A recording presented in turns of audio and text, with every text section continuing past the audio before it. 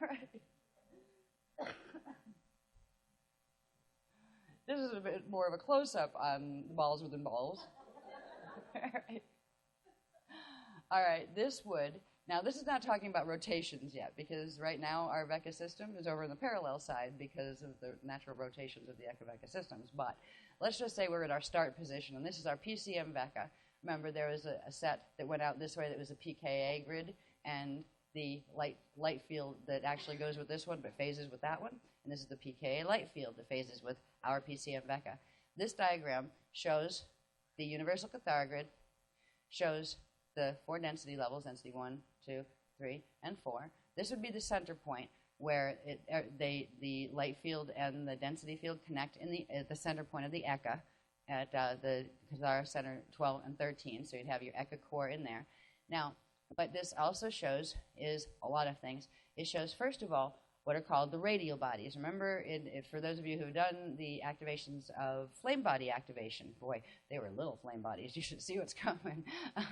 Flame body activation talked about activating the radial body fields. The radial body fields for each density level are these spheres here. And there's names to all these. We have havas and huvas and nadas and all sorts of things. I'm not even going to attempt to remember all the names of those. I have to be focused into that detail, and that's not where I want to waste our energy of attention tonight, because I will just explain that these are the radials.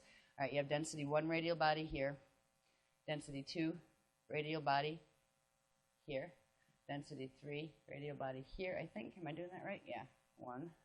Yeah, 2 is here, 2 is there, 3 is here, and 4 goes up here and crosses into the light field, and then 5 would be here. So they're the 5 density radial bodies. Now we've taught in the beginning, when we learned about the structure, the beginning structure of the multidimensional anatomy, we learned about the Huva bodies. And what I didn't know until these diagrams came through is we've always seen the Huva bodies in relation to these diagrams. Can you pull that down a little bit, honey? I think they're up here. We've seen the Huva bodies displayed like this, right? Where a Huva body is a three-dimensional light sound body. 1, 2, 3 has density 1, density 2, density 3, density 4, density 5 Huvas. The Huva bodies are actually very complex structures. Up, please. Thank you. They're complex structures because they actually exist where you have the radial body here. The Huva bodies, when they merge, become centered in the radial body, and that radial body becomes one of the density flame bodies. But when the flame body is not turned on and the Huva bodies are polarized, they're actually below they're in the bottom half of the density capsule. So you have your Huva bodies here, and you actually have the etheric equivalent of it up here. So your atomic body would be here, and its etheric would be here for density 1. You'd also have here the density 2 atomic body, and up here the density 2 etheric body. So see, the etheric bodies and the atomic bodies are actually rotating through in the same space, and that's what forms a Huva body. When we activate basic flame body, when we go just from density 1 to density 2, this is what that original bridge zone was talking about. Boy, have we even gone way past these activations already. But what was going to happen was we would be merging the density 1 Nada Huva body with the density 2 Alpha Huva body, and that would bring the density 1 into merger with its etheric blueprint, that is with the density 2 atomic body, and they'd merge and they'd pull in to here. And they would be centered in the radial body, and that's when the radial body would turn into a flame body. And then the next level would be accrete the next level up. That's the slow way of evolution, and that works if you're not falling in a black hole. But if you're falling in a black hole, it takes too long. So we're not going to be doing that. We're going to be doing a much faster version that accomplishes the same thing very quickly, probably in less than 3 days, because there's other stuff that has to be accomplished too, and that stuff has to go first. So I just wanted you to see the basic structure. If you remember again, that's that cross-shaped thing. That is the 4 Vecca quadrants within an Akasha, and that is the local map of not just our universal system, but of the 2 15-dimensional time matrices that are called our Eka-Vecca system. And at the core is the Eka of that Vecca system, and they're all within the Akasha system, which is called the God Seed. All right, and that's our local cosmos. So these, if we remember these early diagrams that showed the 15-dimensional matrix and showed how the Cathara grids fit in them, they actually run this way through the bodies. This is a rough diagram. We have not had time to clean any of these up or even to typeset most of them. These typesetting is a luxury at this point. Having diagrams you can read is a luxury at this point. So I just wanted to see how all of these things fit together. So all the little things we learned in the beginning of these teachings has brought us up to where we can understand literally the local cosmic structure, how all those diagrams fit into these diagrams, and how that all fits in to the structure of your own light body. And when we're activating DNA, when we are going through tachyon cycle, which is very rapidly activating DNA because you're activating all the keys, all of that has to do with bringing all these spheres all up together where they can inhale and go back in and come back out in a rebirth cycle, which is a starfire cycle. Got that thing up there so you can see it easy. Anyway, turn this one this way, would you please? Yeah, up, yeah, that'll do. Right, and then down a little bit. Okay. Now, when these diagrams came through, they came through horizontally. It's like, okay. They're called transfiguration waves, right? These are time waves. They're actually the larger wave structures or spark pulse current release patterns that bring the frequencies from the light body into manifestation and into forming what we have here as the electromagnetic spectrum. All right, and they're called transfiguration waves or time waves, and they're the waves that actually move up and down through the different states of matter and create the states of matter and the wave forms and particle forms that each of the density levels and the domain levels are made of. And I just wanted to show you this and mention that time waves, because what we are doing in all of this is we are entering an extremely fast time wave to enter starfire cycle. And there's something called a base pulse rhythm, which is the base pulse that particular time wave or transfiguration wave would have. We have to reach certain levels of base pulse rhythm and be able to get the rainbow bridge, and especially to be able to get the crystal spiral alignment, because if you don't reach them, you will be dragged into the threshold base pulse rhythm. That's why we introduced Kathara 2-3 without the words. We got pictures all over the place, but not even any time for words. But what it's meant to do is help you understand a little bit about base pulse rhythm so you can begin to get yours up, so you don't have to worry about getting dragged down into black hole fall, which is a different base pulse rhythm that's actually slow and running in reverse. Anyway, if we remember the Eka-Vega system, I don't have it here because I pulled the wrong diagram out of the pack when I was running down here. But if you remember the cross configuration, that were the 4 Veka quadrants plus their ethos and eros ends within the Akasha, right? And they phased up and down, right? And then the other 2 phased across. These would just be an example of, let's say, if this was the D1213 point, say the Eka point, and you had the primal light field and you had the PCM, all right, the PK primal light field and PCM, and they phase together. This one up here would represent the eros, and that one would represent the ethos. So it's literally these transfiguration waves form as the spheres run through each other. And it's funny, you can actually hear them when you get the inner hearing turned on. There's an interesting set of like sounds as these things do this. It's the music of the spheres. They're really there. So I just wanted to know where the word time wave comes in. It has to do with the larger waves out of which electromagnetic spectrum come, and all of that is generated by Tarans pulsing and generating spark pulse currents in the form of the winds of Ala Alay and the other winds that come out in the spiral configuration. Next one, please.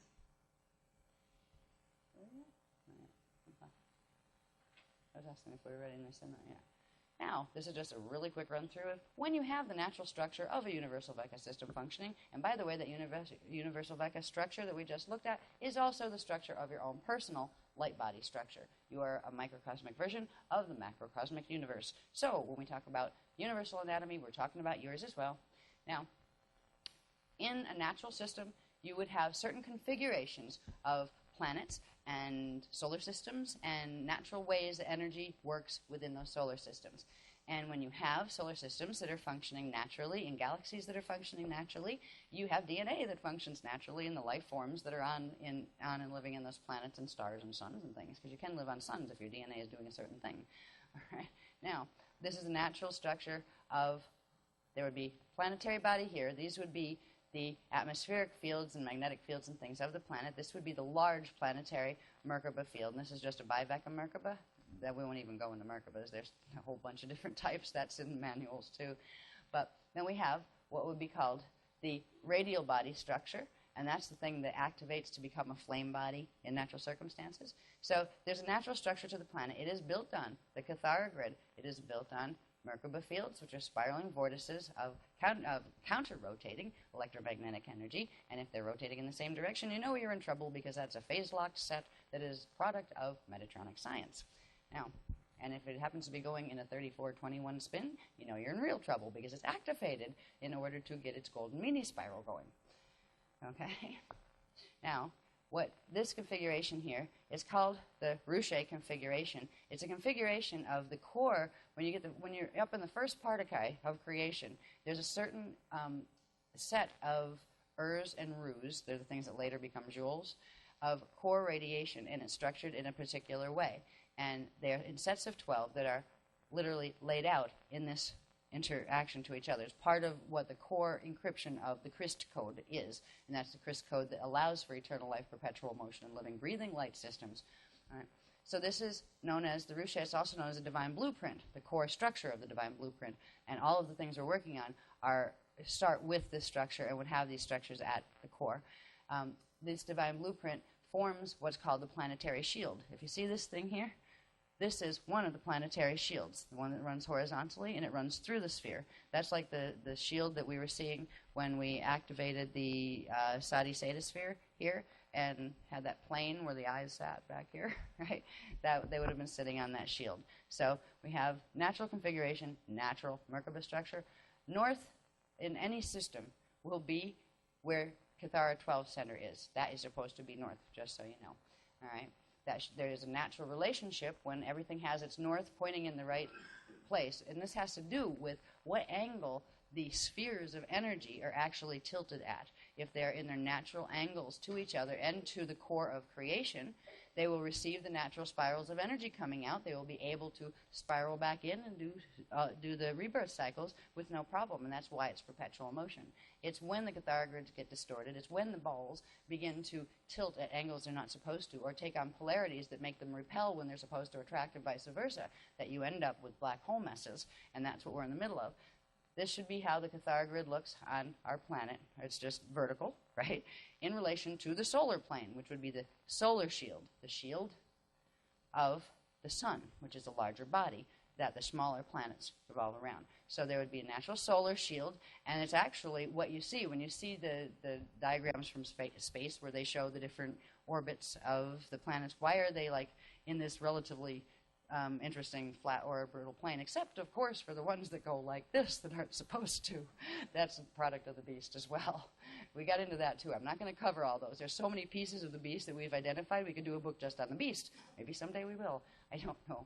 But anyway, what it's supposed to do naturally is you'd have the sun in the center. Each of the planets that come out are actually part of the natural birthing cycle, and they should have a specific quantum. They should have of energy. They should have a specific number of shield spins in relation to the solar shield spin, which would actually give you the tracks of time that are running on that planet, which controls everything. The base pulse rhythm of the solar shield will control the base pulse rhythm of the planetary shields, will control the base pulse rhythm of all the life forms that are on a planetary system. And in order to, we wouldn't be able to do what we're doing now if there hadn't been some of the natural base pulse rhythm left. That was the difference between the Eartha and the Earth shield. The Earth shield went Metatronic, and the Eartha shield still has a portion of itself that holds the natural base pulse rhythm, so we can plug into it. Same thing, if Earth didn't have a sun that had the same dual potential, we'd be stuck in black hole fall. And the most we could do would be a Guff host situation where we would be in black hole fall, but we could still run a crystalline matrix. That's not where we're going, because our sun, which is its actual name, there's just like we have Earth and Eartha, where Eartha was the natural original Universal Stargate 3. Universal Stargate 4 in our system was called Sala, S-A-L-A, and what was placed into that was a part of the Terran body from Density 2 that fell in Fralaterra that was called Sol, S-O-L. And that is the thing we call our sun in the sky. It has two shields that are embedded with each other, and that's what host matrices do. Something that has integrity in its shield will actually take on something that doesn't and help it transmute out the distortions in it so it can be freed again to be self-sustaining. That's not going to happen in this Vecca system. But the Sala shield in the sun and the Eartha shield in Earth can be separated, and that's what we're going to be experiencing before dawn. The separation of the Taran core light seeds in the Earth shield and the Earth shield. They will separate from each other, and so will the Sala and the Sol Taran separate from each other. And this is why we will have the ability to release and ride the crystal spiral up and out of here into Starfire instead of getting dragged down into Metatronic black hole fall again. Yeah, I thought we got rid of that problem in Tenerife, and we would have, actually. We're going to do something a little different called a Cal fall that meant they couldn't use the Metatronic system, but the threshold activation has put it right back into the Metatronic spectrum. But anyway, this would be the natural configuration. There are these lovely arcs of energy that go above and underneath the solar plane that it's like a living communication and circulation of energy between all of the planets or stars that revolve around the central star. There should be natural electromagnetic communication between them, both this way and through the rods. All right, we have something in everywhere you see a cathara grid. There's a center line current that runs down that's called the staff, and the horizontal one that runs through the azure is called the rod. So when the rods and the staffs are all aligned in their natural vertical and horizontal positions, there's natural communication and energy flow that happens between all of the planets. All of them can do Starfire, and that's a natural system. I wanted you to see that so we can go through quickly the mess that we're living in that we call our solar system and our galaxy, and now our Vecca. And this has been a long, long-term problem. This is not something that just happened because 75 years ago or whatever it was, something crashed in Roswell. I mean, that was like small beans, really. I mean, yeah, who cares at this point? I don't care if it was a weather balloon. We have bigger issues. Anyway, that's the natural structure of an organic Christic planetary system. It's Merkaba fields, it's shields. This configuration here is, I would like to draw your attention just for a minute. It shows these natural arcs, which are the lotus petals that we work with when we are learning lotus breathing and all of that. I won't go into what they are, but they have to do with the circulation of energy. They are supposed to be at the 45-degree angles. What you'll see later is something called the daisy of death, where it pulls them down, it shortens the entire, and compacts the cathara grid, and it forms a pretty little flower that we call the daisy of death. And that is part of the problem. It's part of what happens with the whole Metatronic black hole technology. Next one, please.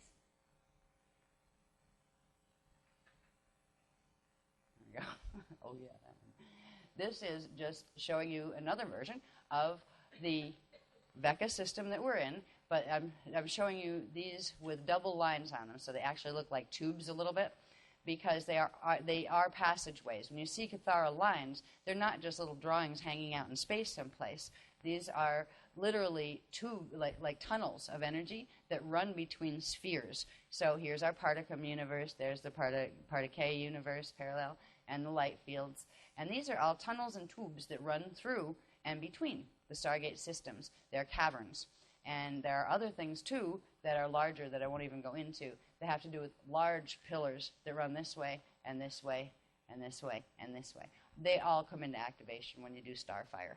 And I just wanted you to see this because later I'm going to come back to the diagrams that have these double things. So it's just like a visual connection to, oh yeah, this is how it looks when it's normal and when it's doing the right thing. So you can see a little bit more, because they're not really clear, the diagrams at the end, because I just had to throw stuff on them.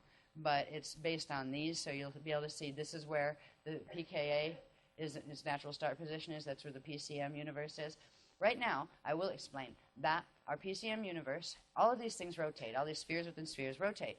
And the PCM universe has negative charge, rotates counterclockwise. So its rotation goes this way. And the PKA with a positive charge rotates clockwise, so it goes this way.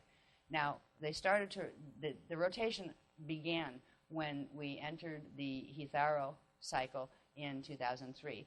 And we have moved from where our starting position was over here, and we've passed through the center line that actually is the Eka line, that leads to the Eka, passed through there, and we are now in this position here.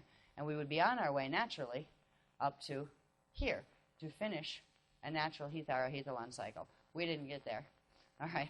By the time when Hitharo and Hitharo-Hethalon happened in 2003, this was beginning its journey down this way, just as we were beginning our journey up this way. And parallel Earth fell into something called the Wiesedracht black hole, which is a black hole that is right in here. It is like a dark sphere within the natural sphere of the living body. There is another one that is the parallel of that black hole that's over on this side. It's called the Wiesedex, and the Wiesedex and the Wiesedrachts do not like each other and never have. And they are continually trying to take out the energy of this Vecca, and they've pretty much succeeded at this point. Not all of it like they wanted. But I wanted you to see these structures with the double lines, so when you see the diagrams later at the end, where they're using these, it won't be confusing, particularly to new people who say, wait a minute, what's all that, right? So if you get used to the what's all that, when you see it the way it's supposed to be, it won't be so bad when you see it later. Now, these circles are also spheres. These are called the base shields, all right? And they're actually spherical base shields. And there's also shields that are flat planes that run through them. So there's a lot of structure that we're dealing with here, and we don't have to cover it all tonight, just so you know it exists, know it's there, and it's part of this whole thing that we're a part of now. Next one, please. This is just to help you understand the idea of when we talk about the Laetori and the Laedore systems, all right? They have to do with different center flames that are twins, all right? If we have our Laetori Vecca system here, and imagine, the easiest way to imagine it first is consider it flat.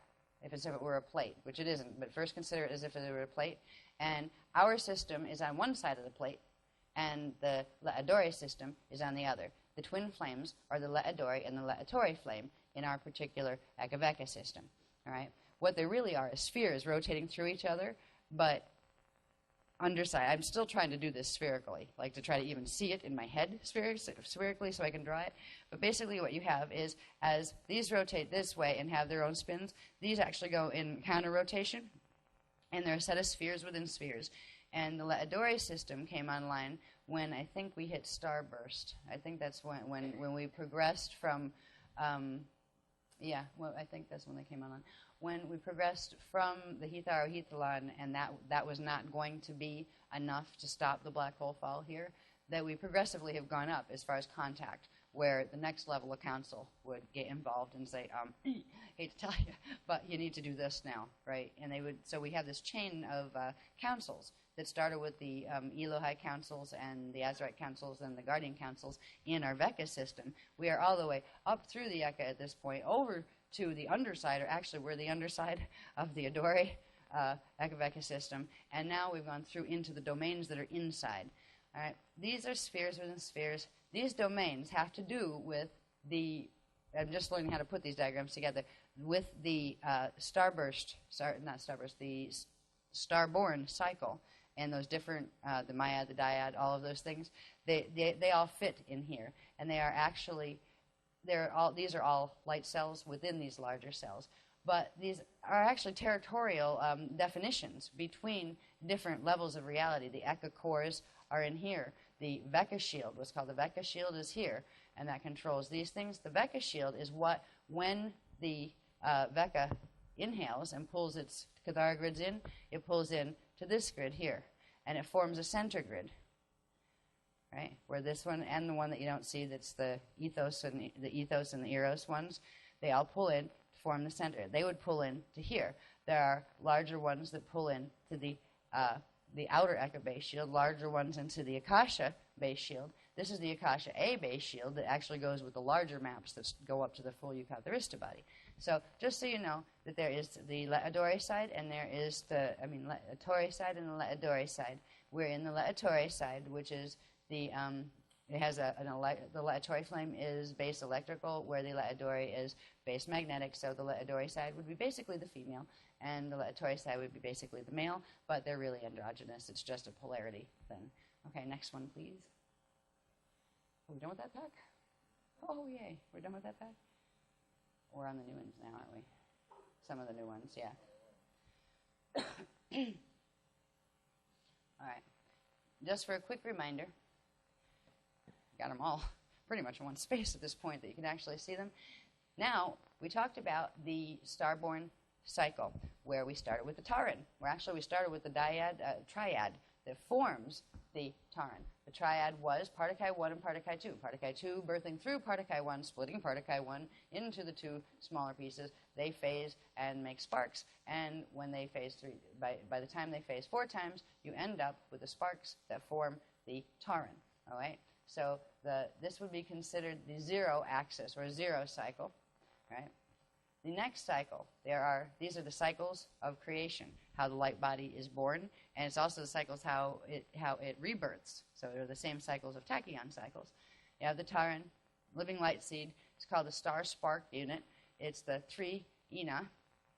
It's got it's tachyon cycle 1, which would be axis 1. Now these axes come in later. I think I already showed some of them, where you show the rotational axes. It looks like 8 lines, but there's actually 6 cycles, then the Hithara-Hethalon cycle and the Rushite reset cycle that brings you back to 0 point.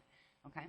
So these cycles refer to the cycle 1 has the axis not at the 0 line, which is here. 0 line's here. 1 is the vertical. So that's cycle 1, axis 1, tachyon cycle 1. That's the taran one. That's the one we're on right now. After that, when that finishes tachyon cycle, pulses in, comes back out, itself comes back out, but also a double of itself comes back out, and that double is the dyad. The dyad is called the starlight unit. It's called the 333 unit. It has the 3 of the taran in the center, and it has 3 particae la adore and 3 particae attore. Before we get to the les, we had the ones without the le in front of them. So we had adore and attore, and they refer to, when you go back to the what's happening inside the first particae and inside the taran, all those gelesic states and the different tonal resonances they carry, those names come out of those, and so do those distinctions. So anyway, we have the dyad starlight unit, 6 particae units, 3 adore, 3 attore, which means 3 with base positive charge, 3 with base negative charge, right? And the taran in the center. All of these will have the taran in the center. Anything that is a natural living light unit will have the taran in the center. Any structure that is not finite, that is an eternal structure, will have the 3 in the center. That is the divine constant. And then inside the 3 is the 3 1/3 flame. I think that's around it actually. 3 1/3 flame. That is the variable divine constant, because it turns on and off as it goes into creation point and disappears and then comes back out again, moving its quantum back and forth. So we go from the dyad, which is axis 2, cycle 2, to the myad, living lotus seed, is the star seed unit. This is where we have 636, and the mutation carries a 666, because this is actually broken down to make 6 artificial polarized units that are called the demon seed configuration. I think it's also called the seed of Metatron. And it blocks the natural taran, and it creates a 666 configuration instead of the natural 636 configuration. The 636 configuration of the living star seed unit should have 12 particae altogether, 6 adore, 6 attore, and the taran in the center. And the divine, divine constant, where does that go with? I'm not sure where that. That's the 3. Yeah, the divine constant taran. Okay, yeah, that goes with that. All right. So the taran would be at the center in the natural seed. And this is the configuration of the natural one. If you notice, they're at 45-degree axes, these balls over here, and then you got the ones up and down. And these balls are particae. Okay. Now, next one we've got over here. Whoops. Up and down.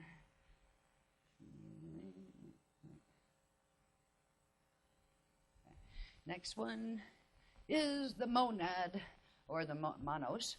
It's called the star bud unit. It's 12, 3, 12. So there's a quantum replication. Oh, here we go again. Thank you. There's a quantum replication, if you'll notice.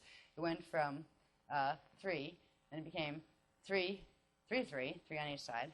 Then the 3 doubled, became 6. The 6 doubles, and the 6, each 3 doubled and became 6. Then we have, except for the center one, that stays 3, right?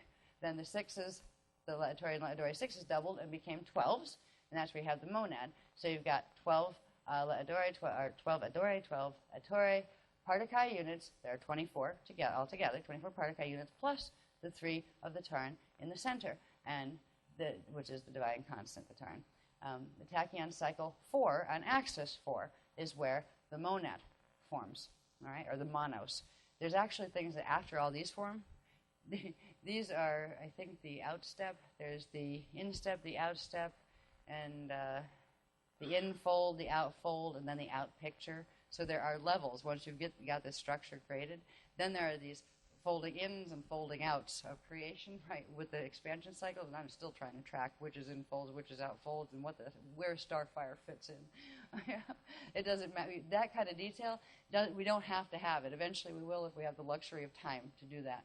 But what's important to know is what Starfire is. It's a contraction of all these back in to source, and then a rebirth of them, which is a recharge of them, or in our case, a reset of all the stuff that fell off because it can't hold itself anymore and it went reversed. So anyway, monad is on the axis 4. It's tachyon cycle 4, and it has 24 particuli.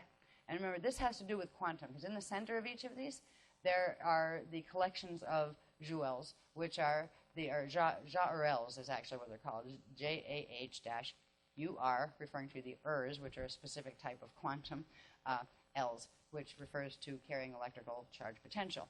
All right, and we get joules down here out of those. So we have the 12 of the monad there, 24 particuli. You can see 12 of them here, but there are also 12 on the other side of the Adore side. So that gives you the 2. They're actually running through each other, basically. All right, now this one is called the Ma Ta'ur, or the Ma Ta'ur. Remember, we have the Ta'ur N, and all these things are Ta'urs, which have to do with that Ta field of energy, and which is a core light.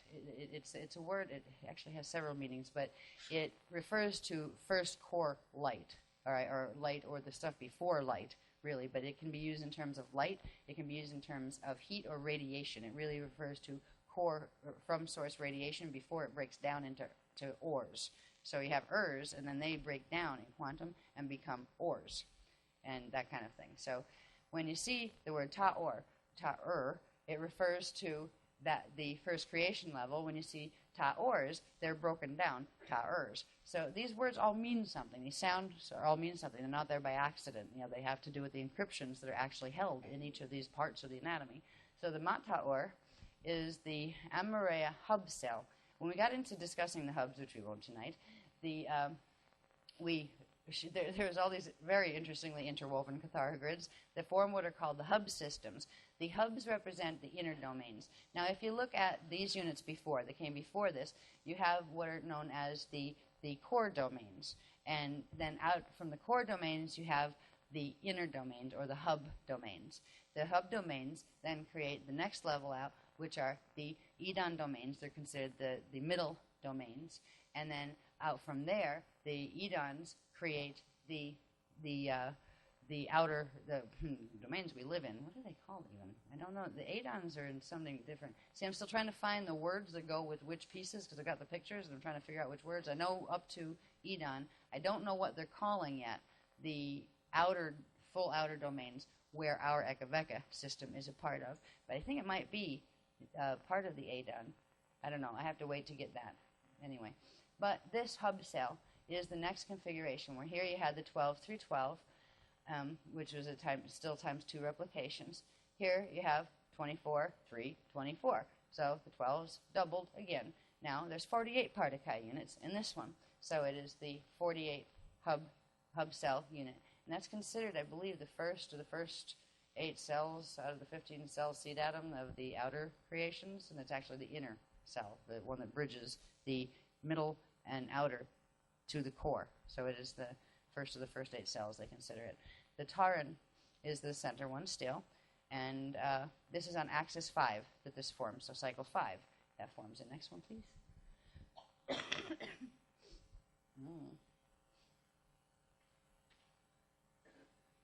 Here we go. This is the Mahara Ta'ur. And this is where we get the Maharata texts that were the original teachings of the Maharata. The Maharata is called the starburst unit. It is the 48 that were from the hub cell before it. This time, instead of doing times 2, they do times 3. All right?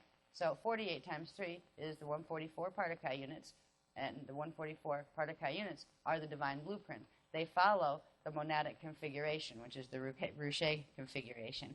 So now you have the 12 spheres, but within the 12 spheres you have sets of 12 spheres. So you get 12 times 12 is 144. That's how the configuration is laid out. Is tachyon cycle 6 on axis 6.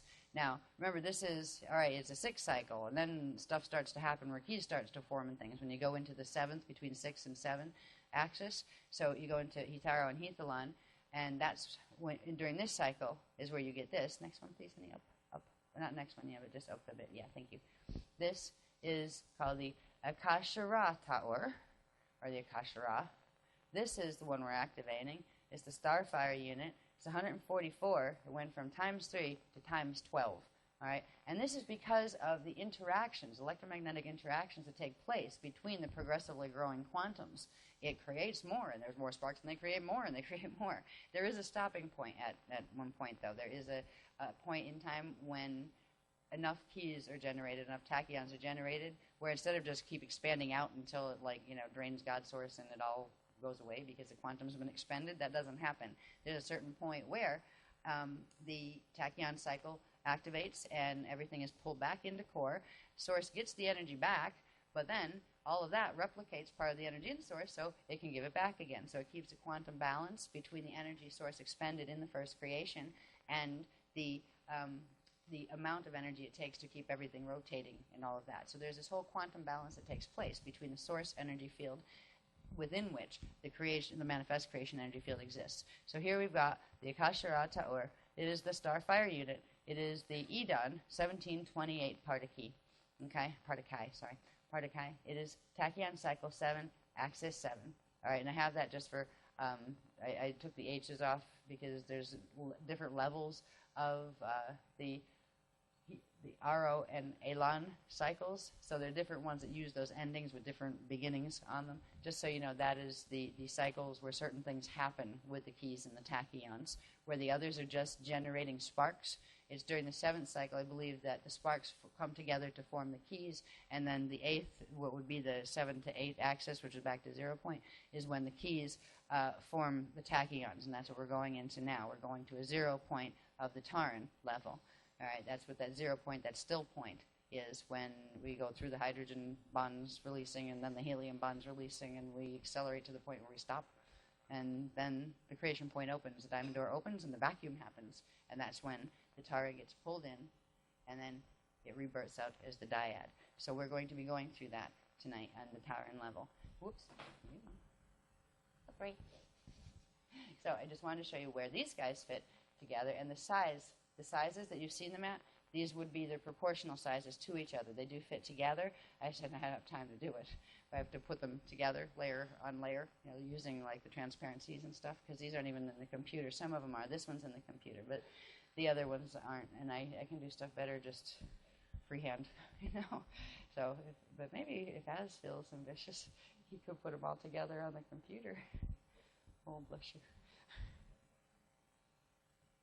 This is to remind you of what we saw when we were looking at the spirals. This is the configuration of Pythagorean templates from which the natural spirals that spiral energy and spark pulse currents into creation, into form all of those structures of spheres and balls. This is the structure, because you're going to see this kind of like buried under other things soon. So just to remind you what the structure was, here's the 0 point axis, right? That's the axis of the triad, right? Then the next axis is the 1 axis. That is the Taran axis. And the Taran should be with the ball on top and 2 balls on the bottom. That's the natural shape of the Taran. And then the next one is the number 2 axis, 2nd cycle, right? That is the dyad. Here is the number 3 cycle, 3 axis. That would be the myad. 4th cycle, that would be the monad, I believe. Yes. Then 5 cycle would be the, what is that, the mata, the 48, yeah. And this would be the 6th cycle. That's where you, I believe, get the 144. The 7th cycle is where you get 1728. What happens over here? I believe is the 20,736. Yeah. And this gets interesting.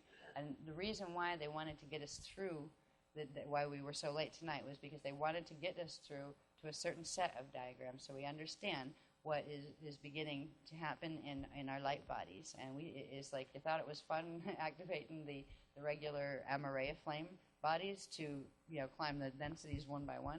This gets really interesting. So this is the basic structure that all the spirals are built on, and it holds the mathematical relationships between all the spheres and what they're supposed to be doing, and also the rate of expansion and the quantums of expansion that would be involved in the natural eternal life creation. Next one, please. This is messy. These diagrams, and my eyes especially, go through the war because I end up layering them upon other things to make other things with, and they're like, that's a glue stick. They got stuck because I had to stick it out for something else. Excuse me. Now, this is using that structure of expansion of the energies. It shows the crystal spiral that comes from starting at 0 axis. It starts here and comes up here. So the large crystal spiral, this is the ascension spiral, it's there. But all these little spirals also come in. And what they do is actually feed energy into these small areas where they form, these energies bend and circulate through each other, forming spheres within spheres within spheres, all right, where they form balls around the cathargoids. This is where you begin to get the structure of the radial bodies that form the spheres around every cathargrid. Next one, please.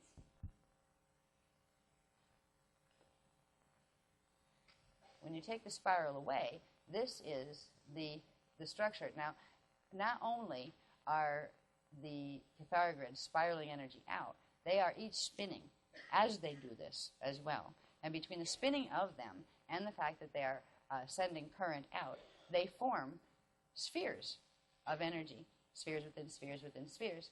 And they're not just spheres, they're the spheres that are around the taran, the dyad, the myad, the monad. All right? So the proportion size of those units of creation in relation to each other are totally built on that spiral, on that embedding, on those mathematical codes, where what you'd get here on the 0 point axis would be the triad, here on the 1 axis would be the taran. And if you take this, and if you line them all up, really, just as if they were all there, you get the same thing as putting a circle around them. Here's the taran axis, that's the top, the 12 of it, and you take it around, that circle spans there. Now, the next one is here, it's 2. So you just draw a circle around that whole cathargrid, and it shows you the proportions of the spheres, and that also has to do, once we get the numbers plugged in, if we ever get time to do it, you could actually find out what the joule content is supposed to be for each level of the spheres, and what calories are really supposed to be doing, right? Instead of playing havoc with our biosystems. But anyway, this is showing you the taran, the dyad would be here, the myad would be here, the monad would be here, the Amareya hub cell is here, the divine blueprint is here, the Edon is here, and I think it's the Adon that is here. I think that I put a question mark after in my head because there's still more stuff to come on these things, and that's somehow connected to the hub, which is down here, and this has to do with the fold out picture thing, and that's a whole other part of the cycle that probably has half a book of translation on. So anyway, at least you could see that these rungs of what look like a bullseye are actually spheres within spheres within spheres that are formed specifically by the proportions of the cathargrid that are very specific, that are all aligned down the center, that form the natural crystal spiral, that form the winds of Alea, the little spirals, and it's the little spirals that come out that feed the energy into each of the small circulations that form each level of the body systems. There's also the pattern through which the tachyon cycles take place. Each level here would represent a tachyon cycle, the end of which, key generation, spark generation, key generation, tachyon firing, and that's when inhale happens and rebirth occurs. Each one of these would have its own tachyon cycle. And when you set the core one in motion, it sets all of them in motion. So we are doing this one now. Whether or not that actually makes all of them go at once, I don't know. But since they said we're on 3-day standby and the whole thing we could be fully activated in order to get through to Edon, which means to get through to Edon means being Starfire able. All right. Now that implies having all of the keys fully activated, which would imply all of these cycles, I do believe, finishing their part of the key generation cycle. So I don't think we're going to do that unless 3-day standby is called into engage, and that's where private contact comes in and says, get ready, here come your keys fully activated. Right? You already got them activated, but will they get that extra kick of the EDON host? That's when you get to fly, probably.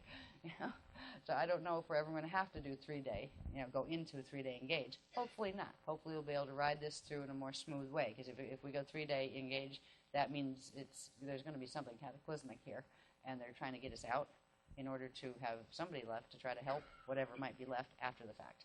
Because we might, if that ever occurs, we would be taken out and then brought back as soon as it was safe to do that, to try to help if there was still anybody that could be brought into any of the hosts. So we wouldn't just be gone, bye, we're gone, sorry guys, have a nice trip, see you next fall. No, we're not going to do that.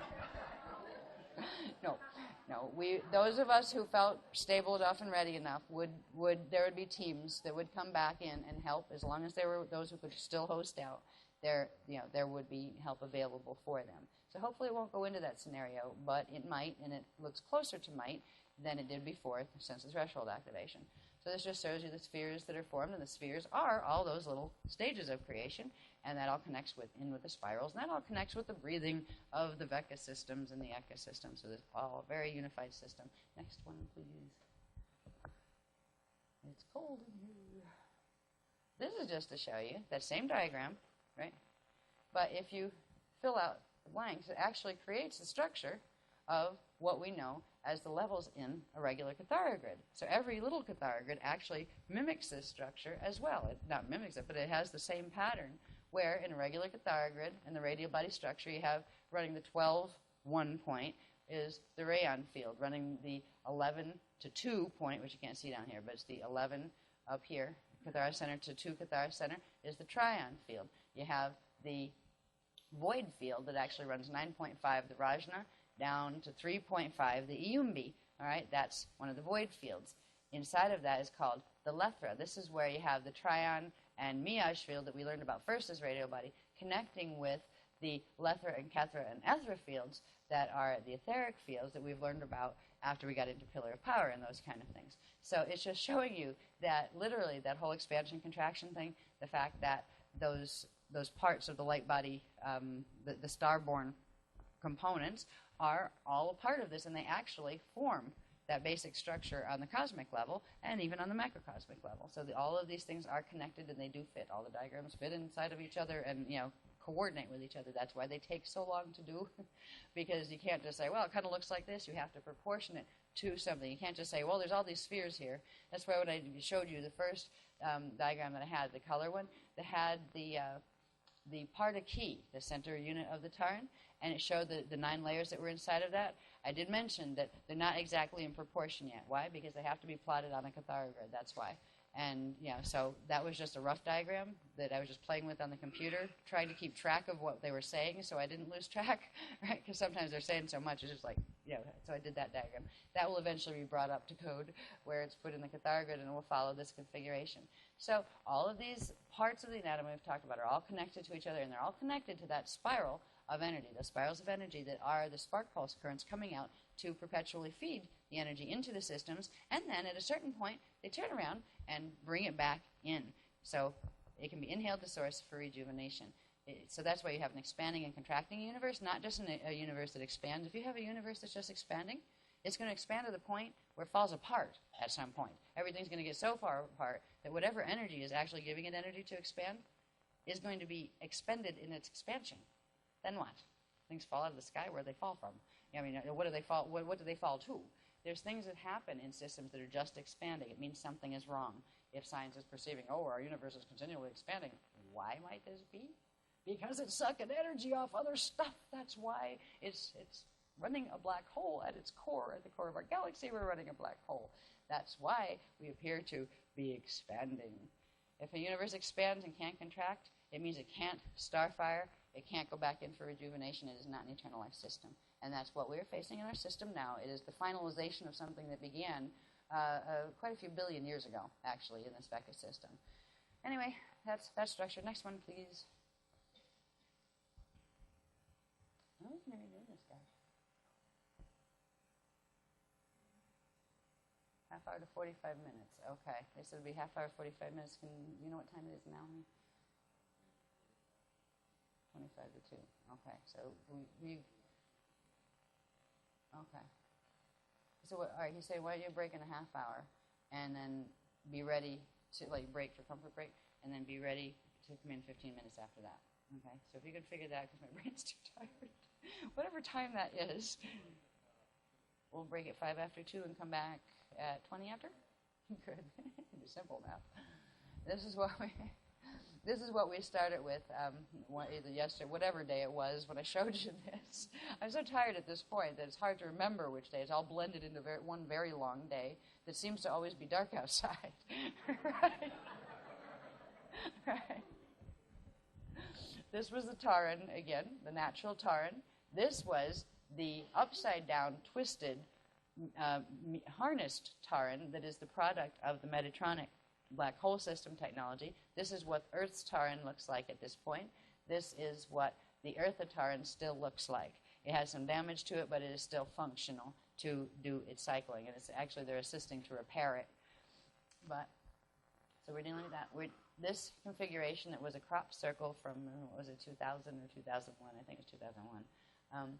Was actually one of our guys' attempts to take control of this grid so it couldn't be activated with the beast, because this grid is meant to harness the entire tarn and then at a certain point turn it completely around and drag whatever it's attached to, the whole light body structure, which means any matter forms that are manifest within it, like planets and solar systems, down into the Wistarek black hole.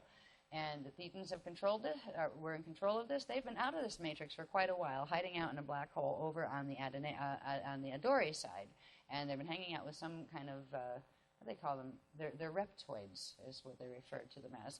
There's lots of good reptiles, and there's lots of good draconian type, races. So it's not, you can't just say, oh, it's a draconian thing, it's a bad thing, or it's a reptile thing, it's a bad thing. Some of them are good, but this particular group is a fallen one from a black hole system on the other side, and the Thetans have connected with them through Universal Stargate 1, which is Theta Orion. It's a group of a star cluster in Orion's sword, and that's why they're called the Thetans. It's because of the Theta Orion connection. They're actually fallen Lyrans from our system that hybridized with the reptoid things from the other side. Yeah, and they are controlling this grid.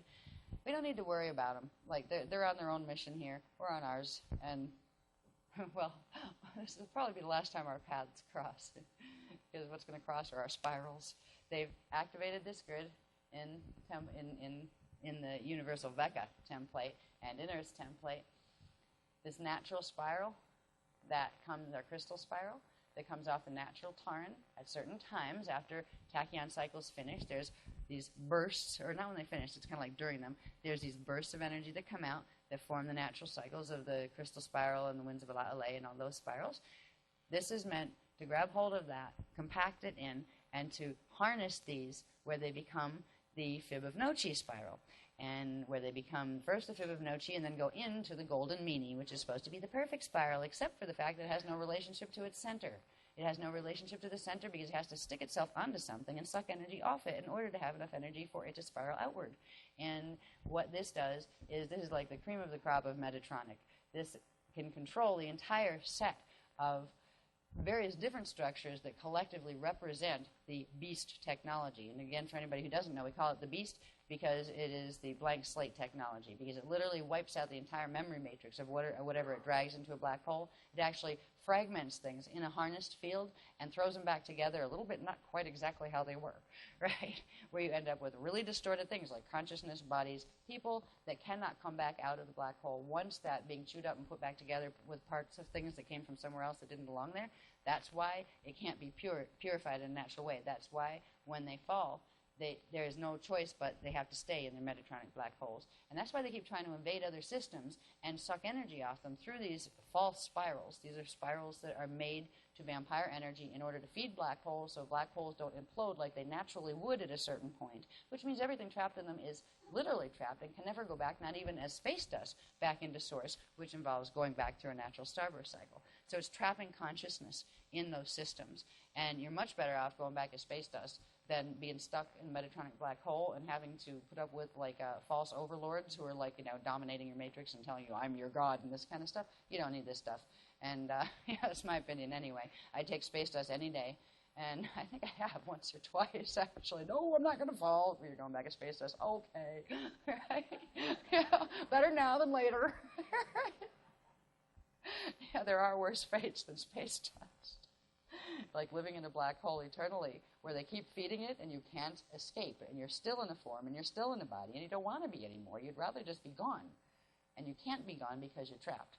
That is a fate worse than death, worse than being put back in space dust where at least you can go home. So anyway, this has been activated in the grids. Once this is activated and takes control of the entire beast network, there's nothing you can do about it, except you can't stop it. Its spiral will go. It will release the golden meanie spiral on a very, very strong charge that's actually running frequency from the reptozoid matrix to make this stronger through the theta gates, which means it crosses through the D1 gates, which means it crosses into the atomic plane. It crosses the threshold between etheric and atomic, and that's why it directly affects the atomic structure, including the biology. So it is one of these, once this is activated, you got to do something fast, or it just literally takes control of the biology through the matter base itself, and not in a slow spiral, but in a very rapid one, where it actually aligns the blood crystals with this spiral and the mathematical coding that it carries. And that completely, it basically chews up the blood crystals and reassembles them in a Metatronic pattern. And the blood crystals are what were called the crystal keys that go with the Kasha keys. They were in the mango layer. I love that. I really do. That's really cute. It sounds better, too. Yeah. So when you get mutated blood crystals, what you're doing is getting mutated crystal keys that don't plug in the right way to the Kasha keys, which means you can't form natural harmonic keys, which means you can't form natural tachyons, which means you can't ride a tachyon spiral into a starfire for rebirth. So this thing, the only thing we can do is activate our spiral, which we are doing. We're in the process of doing this. It is in the process of, we anchored it today from the solar spiral, and we're going to be activating that this evening, and more in the body, because anchoring is one thing where it's just kind of coming in.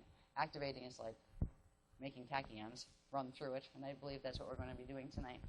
But there's going to be a point where this interfaces with the Fibonacci spiral, and that's where we get to create a bridge zone. And I'll show you that, a rainbow bridge zone. I'll show you that in the end. I want to show you a little bit more on this. We can just pass that one. Yeah, it's the same thing. Yeah.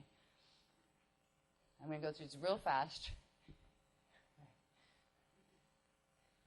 Black hole, the center of our galaxy. Artist rendition. I don't know what artist, but it was in a space book, like a real science space book. Yeah, and it's like at this point it's not recognizable because it's in black and white, and it was a really pretty looking thing. They make them look so pretty when they paint them. All these gushing, spewing things of energy coming out the top. They look really pretty in the artist renditions. No, thank you. Right? This is just to show you that at the anomaly at our galactic center is a black hole system. It's not necessarily that one, because that's just an artist rendition, but it's one that does spew and things. All right, this is just showing our galactic spirals and things. So this is our galaxy, Milky Way galaxy. It is a limping galaxy at best. We actually, you know how the Andromeda galaxy is another galaxy neighboring ours? Actually, it's our home galaxy.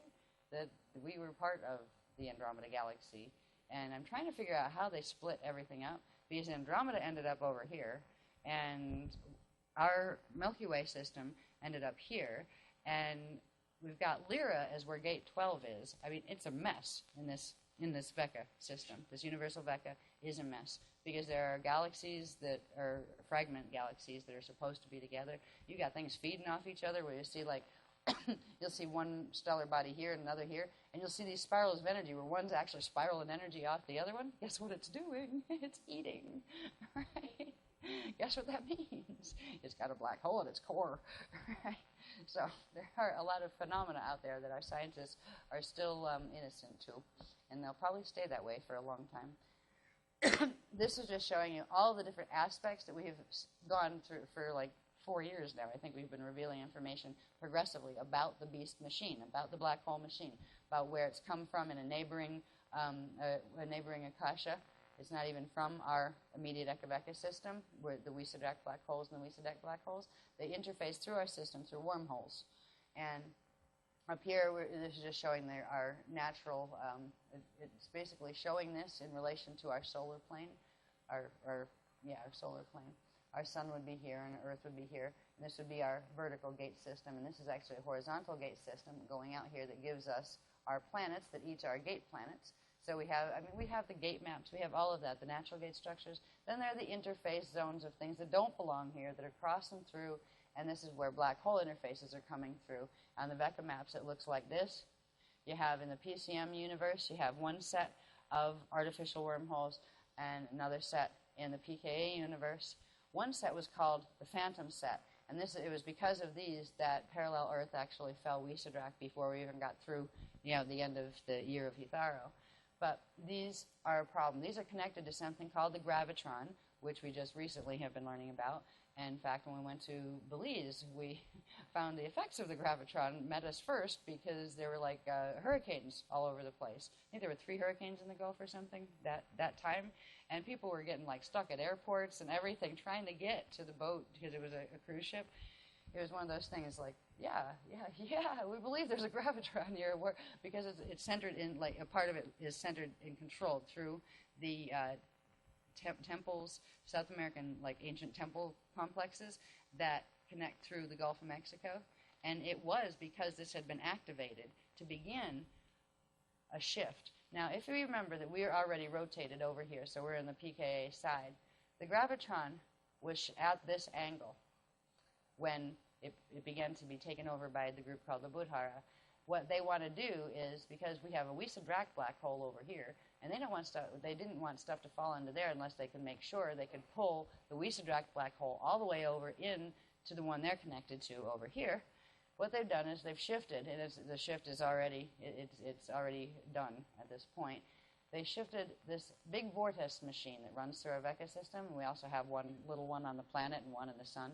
They shifted it over to this axis so it could interface through this, and this is where the Shasta thing comes in, because there's a place called Telos that was part of the Eka Stargate 1 that in the fall of Brennaway period 208,216 BC, part of Gate 1 was compromised and partially fell, and became a separate thing called Telos. And the star Telos is connected to the Shasta vortices and has been controlled by various different fighting, Wisadrak, sometimes Drak, sometimes Anunnaki races, but it was a fallen thing. The gravitron was activated to interface through that in order to connect through into the black hole that runs, the Wisadrak black hole that runs on this side.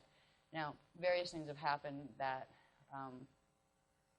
this is still activating, but this was mild compared to the threshold activation, because the threshold takes control of the entire gravitron, and it can literally spin the Vecca. The Vecca at this point has broken off its natural staff connection from its core, which means it will fall. Once the staff is fully broken and it tilts with the staff, the thing that runs up and down vertically, this is vertical. Remember, this is top, right? So even though we're in this position, this would be our north up here, right? It's already cracked over this way. That's what the gravitron was meant to do, to drag it and to crack the axis. That has already happened, and it is going to roll. It is, at some point when starfire occurs, it will roll, and it will fall right into a conveniently located black hole just below it, right?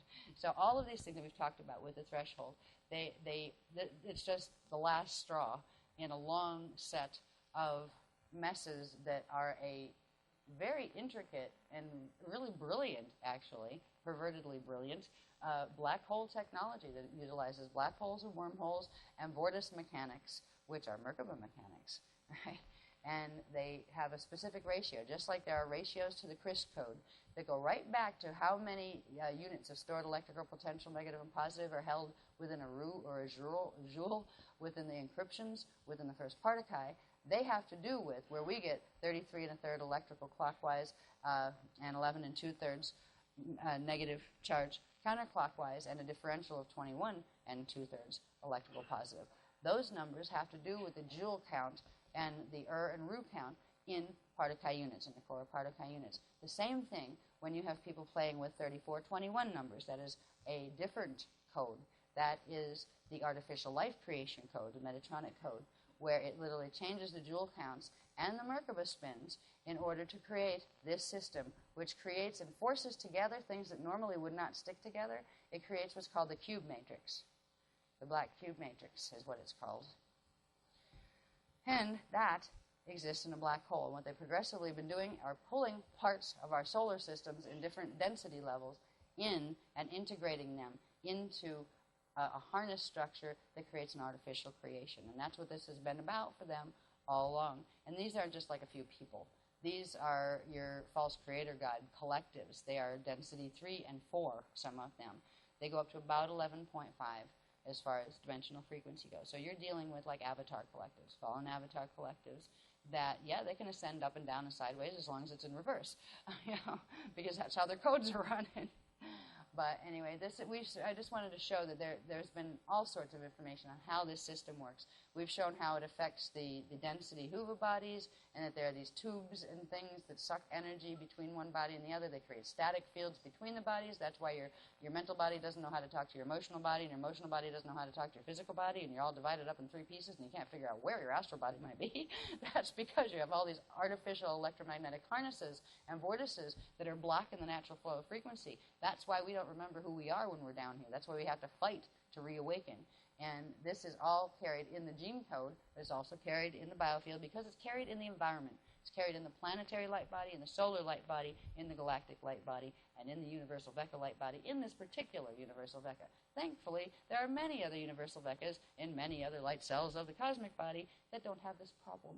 And so it's nice to know that not all places are as messed up as this one. And it's also nice to know there's still a way to leave. Do as much as you can to help, but at a certain point, if you can't help anymore, you make a choice. Am I going to fall with them because I love them?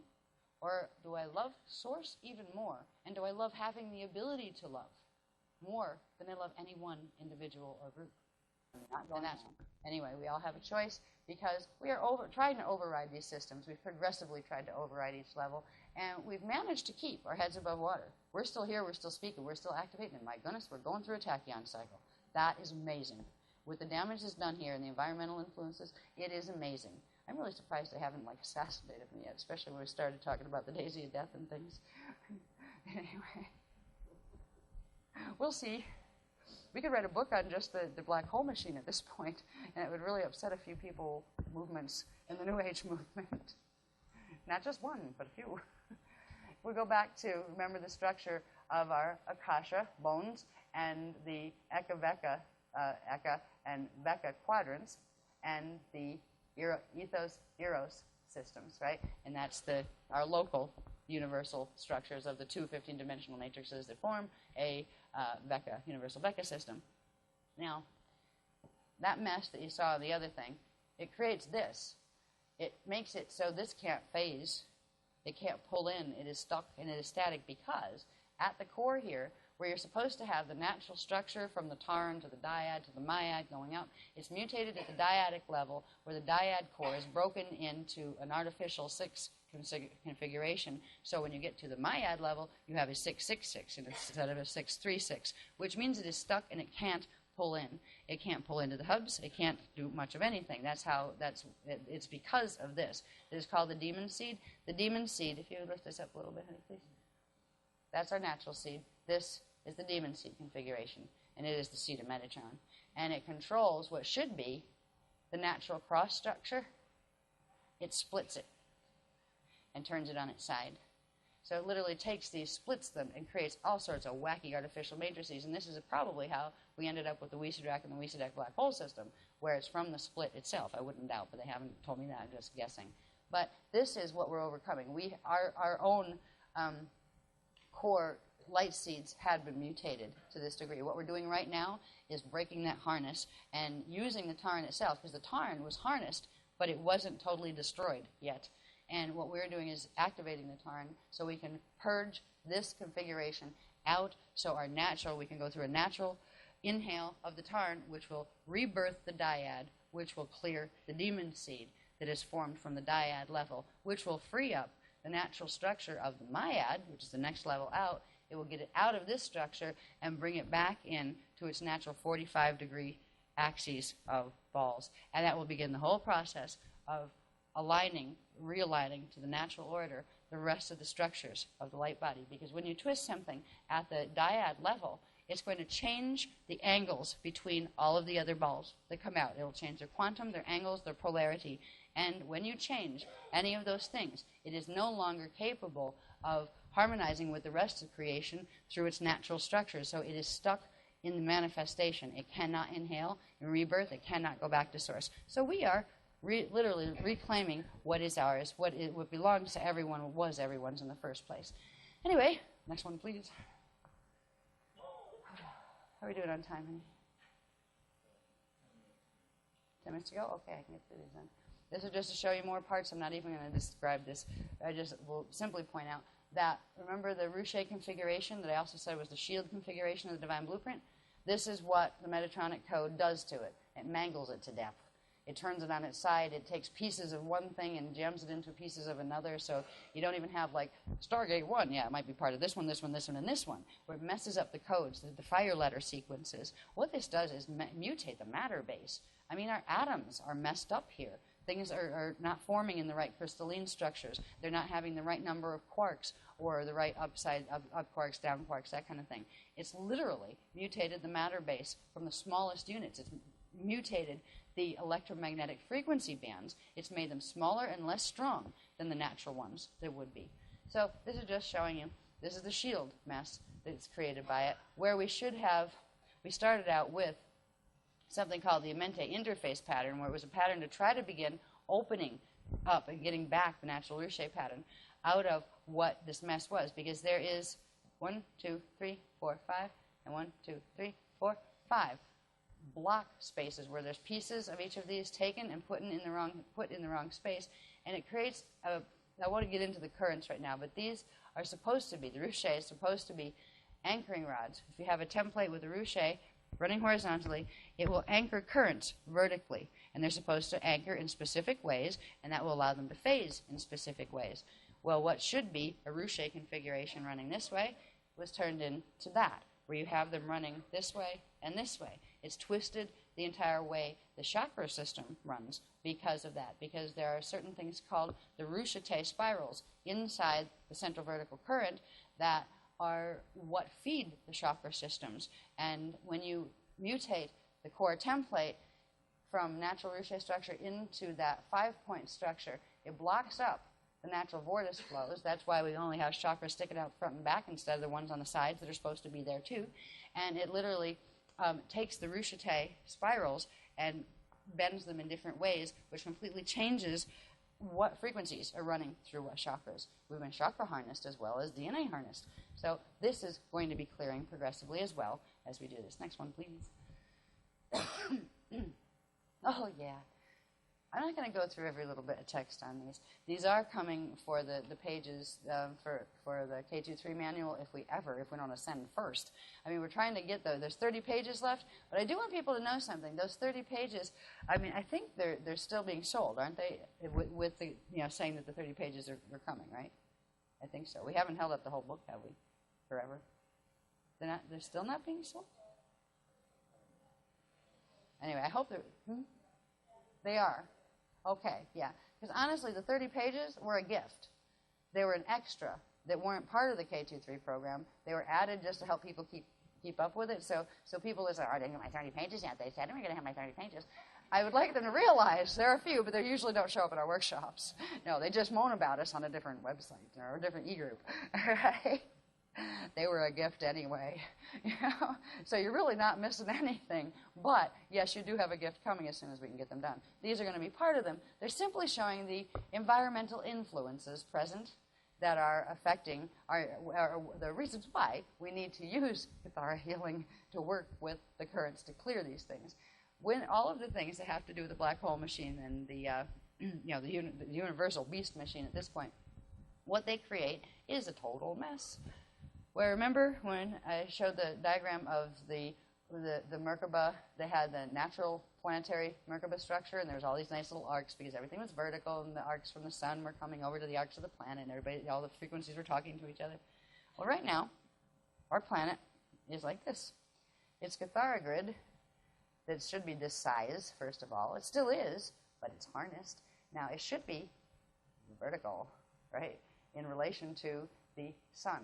The sun has, say, it's vertical this way. That means the Earth should be vertical as well. But it isn't. We have something called the ecliptic. Why? Because we have a tilted staff. That's why. And it creates, where the shield should be horizontal, it's not. It creates the ecliptic shield, where we have this twist. This is where we get the 23.5 degree shift of the North Pole compared to what the angle of the solar pole is. There's also a shift 11.5 over this way, and it's between the two of them that are actually pulling around where the natural axis should be that creates the wobble that they talk about, the scientists talk about. So this is a mess that we see. We have manifest results. There's a line that some people that run Metatronic workshops like to say is, well, if it appears in nature, that's proof. Guess what? I agree, right? This appears in nature. It is proof of the mutation we have been talking about. Not only that, but there's a natural configuration of electromagnetic fields that would happen if you're running a natural Cathara grid and things are running in normal structure. You would have energy circulating in what's called the Yan-Yun pattern, which it circulates in through the rod and the rod and the staff. So you have these dimples that come in here because there's flows going four ways. What you got here we call the poison apple. That's the basic configuration of the lay of the magnetic fields in the outer magnetosphere. That is the magnetic net. That is the mind control net that is keeping us blocked off from the natural frequencies that would naturally be flowing here. And science calls it normal. Why? Because it appears in nature. Right? All of these things happen and are appearing in nature because we have something here that, remember I said at one point we're going to look at the arcs, and we had the lotus arcs, and they're supposed to be at 45 degrees in the Cathara grid, right? This is where we get the daisy of death mutation. The daisy of death is a bending of the natural arcs and actually shortening of them, which pulls in part of the Cathara centers, which completely changes the configuration of the Cathara grid from its natural structure, which holds the mathematics of the eternal life creation, into something else that falls down black holes easily. And when you look at certain things that are teaching this, just check out the shapes and sizes of the Cathara grid. The Cathara grid has specific proportions. It's supposed to be a square with the diameter of half a square from the end of the square to that end and half from this to that end. It's very specific proportions. And when those proportions are changed, or when you see teachings that are using different proportions or less than 12 or more than 12 Cathara centers, as far as more than 12 in one set, then you know you are not dealing with the Christic pattern that is built on all of this. And all those spirals and all those other things are built on this formula, and that's why they work. They will teach you about spirals, the other guys. They will teach you about arcs, but they never ever put them all together for you. Why? Because they show you a weird story. They show you a story that, well, where's that getting energy from? That spiral. Where's it's feeding from something? It doesn't have a core of its own, right? So they teach you little pieces and say, oh, isn't this nice? You know, and I like the one line. There's one line about the Fibonacci spiral that and the golden meanie. They said the golden meanie is the perfect one, and that's like the most perfect spiral. It's actually formed of tube torus, which just cycles in and out of itself forever until it burns out. But what they say is that the Fibonacci spiral is the closest God could come to the perfect spiral. What? Yeah, right. You know? I mean, it's just some of the cover-up lines that are used to not answer questions. It's just really, they're really dumb, some of them. They're seriously. They don't put the pieces together. They don't show you where spirals connect with Merkabas, connect with radial bodies, connect with arcs, connect with magnetic fields, connect with planetary tilts and ecliptics. They don't show you that, because then you'd realize you're in a black hole system and presently living on a prison planet, and you might rebel. Right? Next one, please. What's going to be nice is we are going to rebel, and so is the part of the planet that still can. But not in a way that hurts anybody. We're just going to, at some point, called Starfire Point, disappear and go somewhere better. This is showing you the gravitron vortex that I told you about. We saw it on the universal level as that black line that was running through the Vega system. This is the planetary one. It's hard to see it here. It's a little bit, this is one that's still being cleaned up. But it's running through, and it's actually holding the 23.5 degree shift in the axis, the false, it's holding the false north celestial pole. And what they've done with it recently is they split it, where they're still half holding that pole, or we would have rolled already. They've moved part of it over to make that other link in the alignment. And what is happening now is the threshold thing, it grabs it by the center, and it can do anything it wants with it at that point. It can spin it in any direction it wants to, and it wants to spin it down the Weisendracht black hole. But also, if you notice here, these configurations here of energy flows, they form, it's a bit hard to say. I think I have one that shows it better. There's an unnatural configuration that has to do with the tube torus that is literally regurgitating energy spiral. It keeps feeding on itself, and it has to have something at its core to keep it doing that. And what it does is attach to things that are alive in order to keep feeding on it. Then it can recycle and recycle and recycle and recycle. That's what certain teachings teach is the perfect golden mean spiral, is the perfect configuration of energy. It's not. It's a vampire system. And there's a specific symbol that stands for the energy flows, the twisted energy flows that are generated by that. And it's the yin-yang symbol, which is unfortunate because I always kind of like that. That was like nice and balanced and pretty, but it isn't. It's the symbol of the vortices that are the distribution of energy that is formed within the poison apple magnetic fields through the configurations of the combination of the gravitron, the daisy of death, arc bending, the compaction of the Cathara grid that's caused by the arc bending. So this is just, again, more of the mutation. What this does, what these energy flows do, is create this set of, they look like trumpets. You know the stories about trumpets and revelations in the Bible? Well, trumpets are vortices. And these are unnatural ones. There's a set of trumpets. They act like satellite dishes, and they bring in energy spirals from the black hole systems. And this is part of our nature right now. This is part of the planet's nature. These are the things we're overcoming in our own biofields, because our biofields will hold an imprint of what the planetary biofields have. And we're progressively working ourselves out of this, this mutation.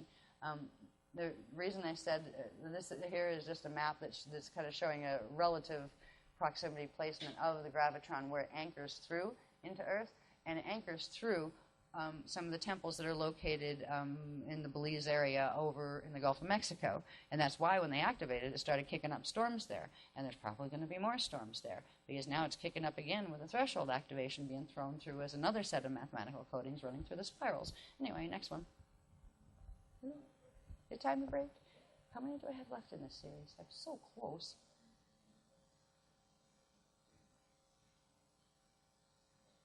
Ooh. Just let me see the next one. Okay, we don't need to look at that one. We can put that one down. That's the one I just want to leave it on with. Okay, because that just shows what that one right there. I just want to put that up real quick, and then we can break, and then I'll pick up there when we come back. Okay, this is just a little bit closer up of the mess that is our planetary fields right now. You got your poison apple. I didn't even bother putting the daisy of death in here because there's too many lines already. But this is showing you the vortex sets. There's a set that runs the top, and they wobble back and forth, and they pull energy in from places they're not supposed to. There is a whole other level of this that I haven't even dug out the teachings on, but we showed why Pluto is in a very strange position in relation to the solar plane, because this has to do with densities and actually linking certain planets in our system up through into density 2 into pieces of Tara that were left up in density 2, like Tiamat, and creating this thing where this planetoid piece that was it's created by the remnants of other planets that were exploded, that creates what is called the wormwood mess. So there's a whole set of things that go with the beast that work on the solar and galactic level that I'm not even showing you in here, that we dealt with early on, that had to do with the potentiality of wormwood coming in. Like the Bible calls it wormwood. It's actually doom world is what it was called. And because it is a planetary fragment that is harnessed into an artificial field that rotates in, and I forget how we have the years and everything, how often it comes in, and it's connected to Nibiru, and it's part of the beast system. So there's a whole bunch more that goes with this, not just this. But this is the local version. This is what our planetary fields are looking like. And this is what, because our planetary fields are looking like it, so do our fields look like this. But we've been progressively generating the natural structures back in our fields to the point where now we are capable of doing a tachyon cycle, which we are in the middle of. And that's really, really good. And we might not be saving the world, but we are saving ourselves. And that's a start, because we're a part of the world. And we are going to collectively assist in Eartha, the consciousness. See, when we talk about these spheres and balls within balls and all this stuff, they're not things. They're conscious energy. They're fields of consciousness. And when you have consciousness, you have identity. It's not what is that, it's who is that. And when we're talking about our Earth, it's not a thing, it is a who. And we are assisting that who, and it is assisting us in going back to our natural origins, which is being able to go back through Starfire to heal. And anyway, we can break down and forever hold your peace. No. What time are we back? 25 after? All right. All right, he's saying plan on the activation for 2:35. We'll start live there. Okay. Yeah, I apologize for being so early, but I'm being told not to apologize anymore. Just say thank you for your patience. Right? And thank you for only saying thank you. Hey, everybody ready? We're back. Barely there, but still here. Okay. Now, I'm just going to run through really quick what it is we are activating now. Right? This is like weekend activations intensive. I think I'm just going to call this workshop package. See, it never had a name. It never got there. But when it goes out, you know, on the video, it'll have to have a name. I think I'm going to call it 2 Moons Rising. Hint, hint. Right. Anyway, we're going to go into combine Technique 5 and Technique 6. Technique 5 is Crystal Spiral Activation. That was the one that was supposed to go on 11:11 p.m., but the Beloveds are modulating this, I believe, and I think it has to do with the rate of tachyon firing within the shield in the indigo shield.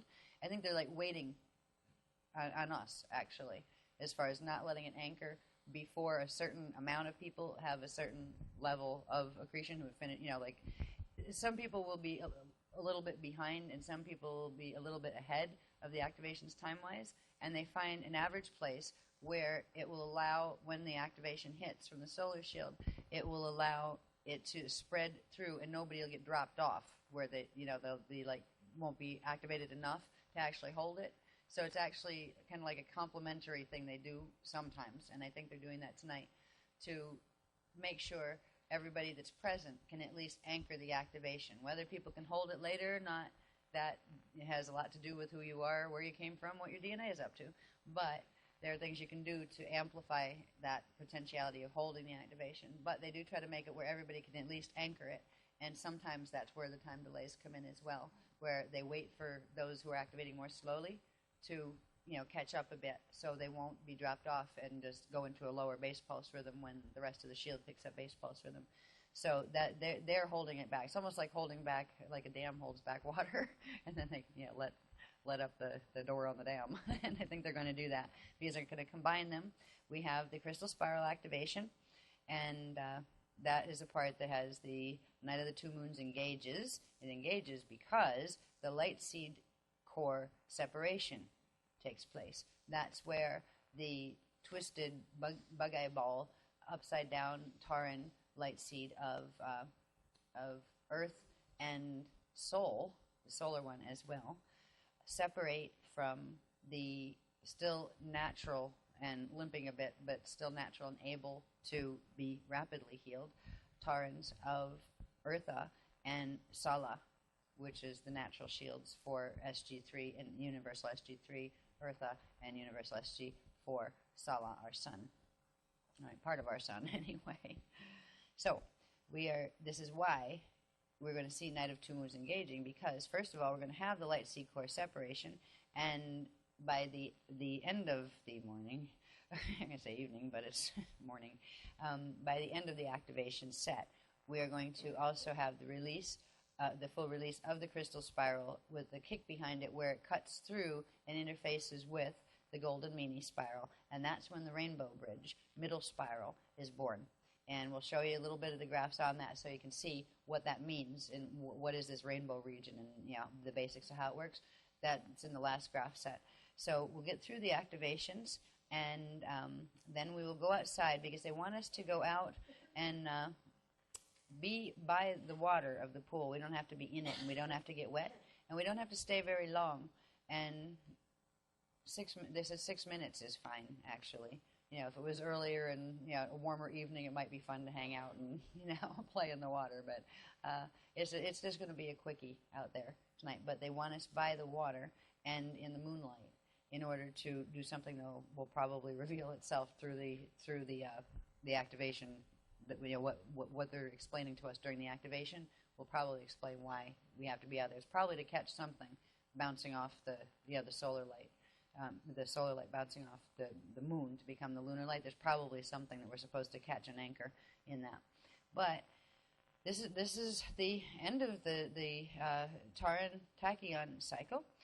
We're moving into with these activations. The Technique 5 encompasses the part of Taran activation cycle, tachyon activation, that says, as the flashpoint dynamics continue, the tachyon helium bonds also heat, ignite, and spark, releasing a heliotalic spark burst, which I believe is the winds referred to as the winds of Christallé, right? That draws into the Adama flame and causes the nada ore vapor to ignite and the diamond door of the tower to open. All right, so it literally ignites the vapor and it turns into a flame and disappears and opens the first creation point doorway in the center of the Tarn, or in the center of the part of key in the center of the Tarn.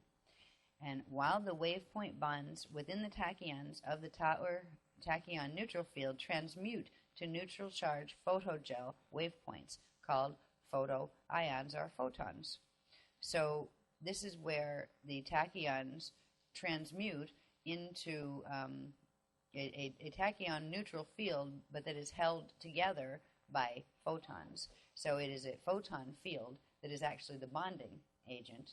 It's like, say, if you could see this stuff, in the sky or in a laboratory, you would see the photons, but you wouldn't see the tachyons. They would be invisible. They'd be superluminal, but you'd be able to see the photons, and the photons imply that they're holding together tachyons.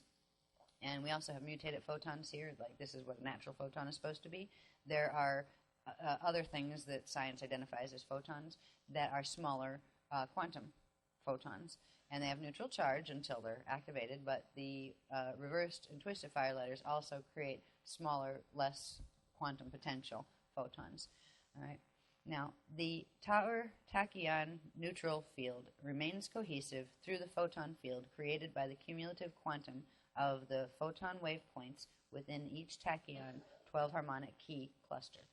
Now, that so what we're going to be doing in Technique 5 part is really finishing what we started with Technique 4, but now we're going into the helium bonds, sparking and igniting, and releasing photons as they do that, and the spark that they release opens a heliotalic spark burst that goes into the diamond door and the Adama flame, and it causes the center point to vaporize, the crystal to vaporize, and the diamond door to open. So we're opening the diamond door in the tower.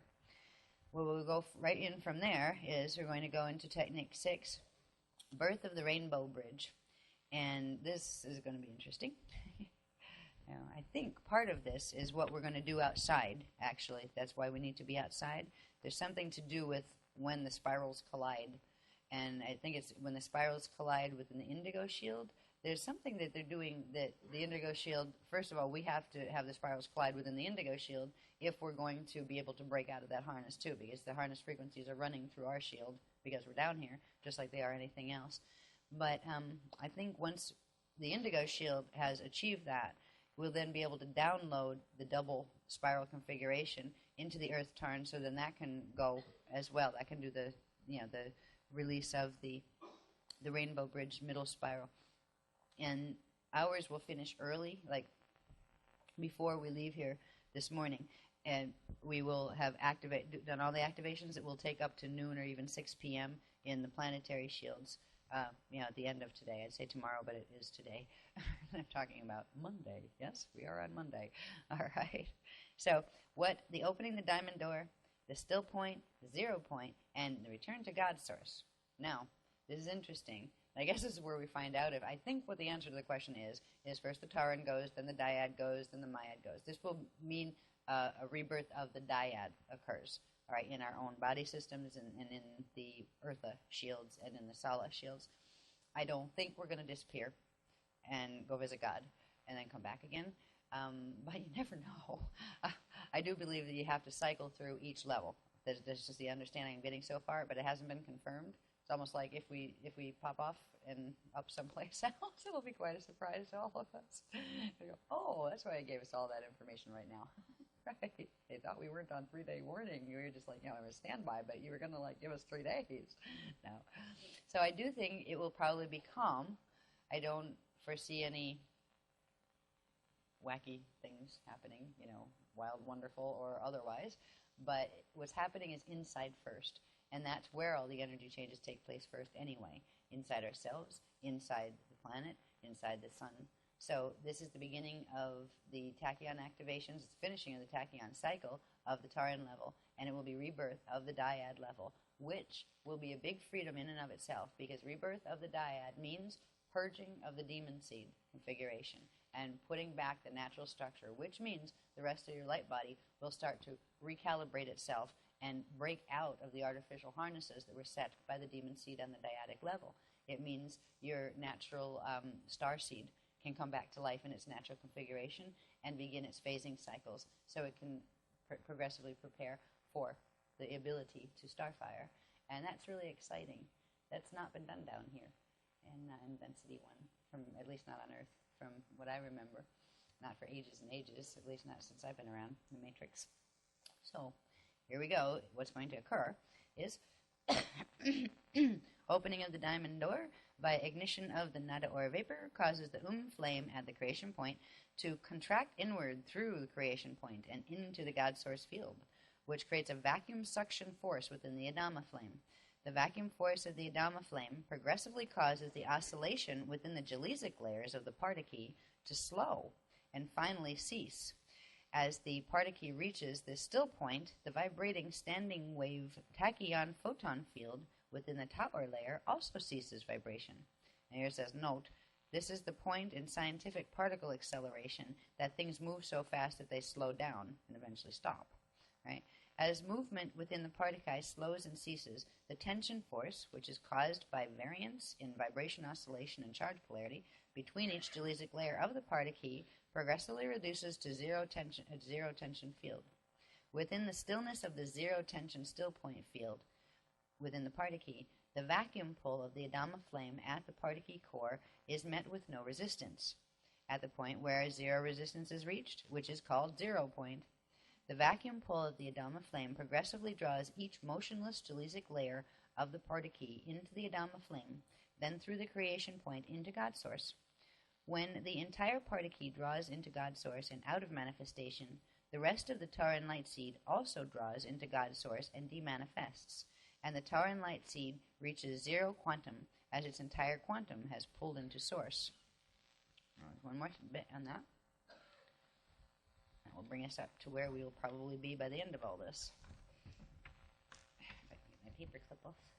There we go. Now, within God source, the quantum of stored and expressed electrical energy that was drawn as the Tauran that was drawn in as the Tauran is replicated, and then the original Tauran light seed unit and its double quantum replica, the dyad starlight unit, are reborn into manifestation.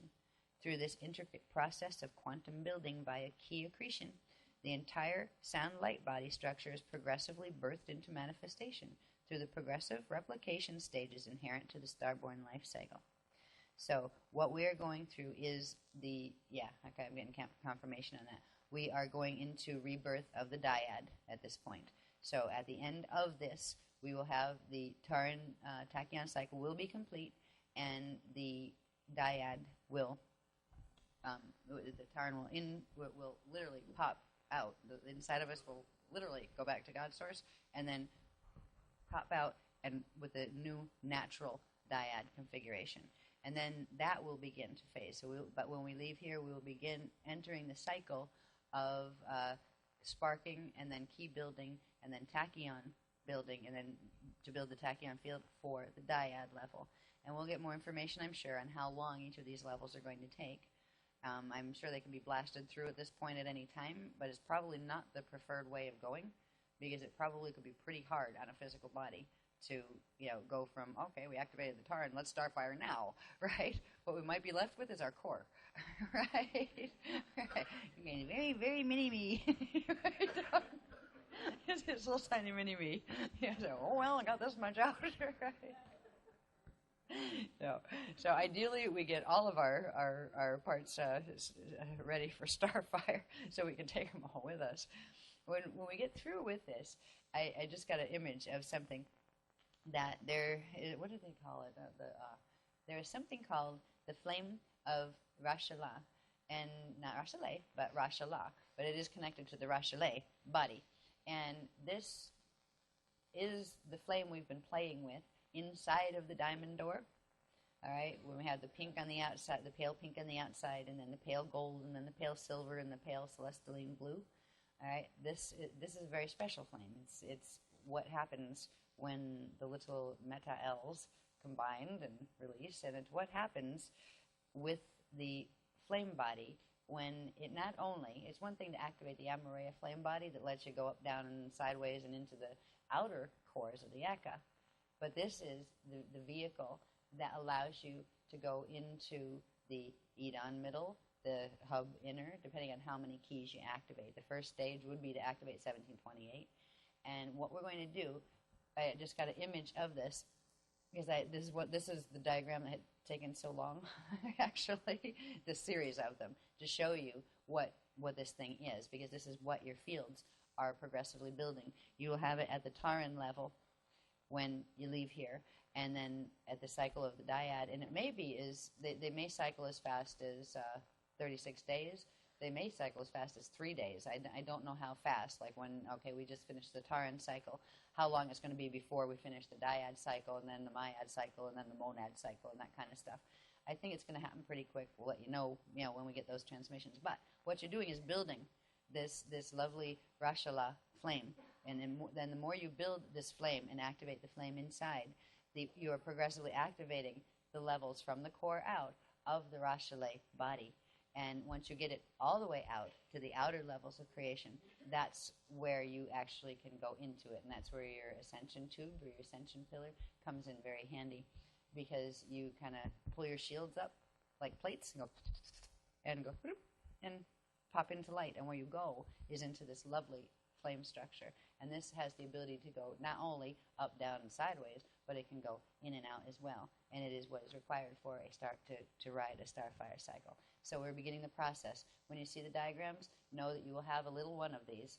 Like, right, I show the diagrams with it when it's in its full thing, when you do full 20,736 keys, I believe. Yeah, I think I went up that far with it, where it's full, around the body, the whole fields. But we are building part of that. And I think we get a subharmonic of the big one in the field and the small full one on the Taran level. And then we'll get the small full one on the dyad level, and the one in the field will get stronger and progressively like that. But it's really pretty, and it's not even in color. I didn't have anything to color it with, but this is going to be a really nice painting. It's going to be a walkthrough. One of those that if we have 3-day notice, it'd be really nice to have a copy of that, because you just dive through it really seriously. That's resonant alignment imagery. We're not just going to paint paintings to have pretty pictures on walls. We're going to make doorways where there aren't any yet, interface gate systems that will connect to the hub gates. So that's part of the projects that are coming. Okay, now, I do believe we're getting ready. Are we ready? I hope this isn't a 2-hour one, because I'm going to fall over. I said, actually, no, it will happen quite quick, because most of what we've done has set everything onto autopilot. Because once you activate tachyons, once you've got your hydrogen bonds ignited, your helium is going to go. Right? It's only a matter of time. Right? They said there's a slow way and there's the fast way. We're taking the fast way. Okay. Alrighty. So let us, at this point I can't even remember what to call the pink bubble. We're back to soap bubbles again. No, Sadi Sata sphere. There we go.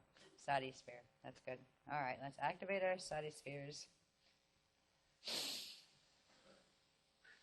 First basketball size. And 2 breaths to amplify it before expansion.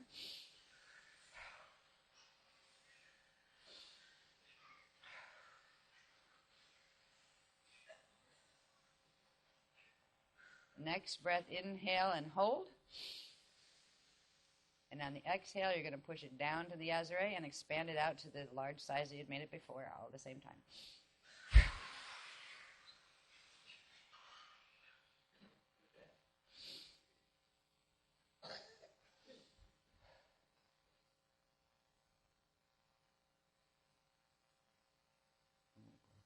Okay.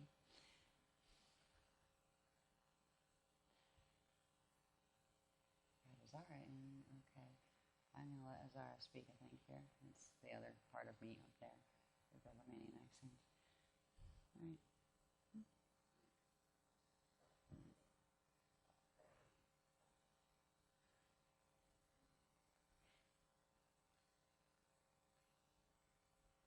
We bring you greetings this evening.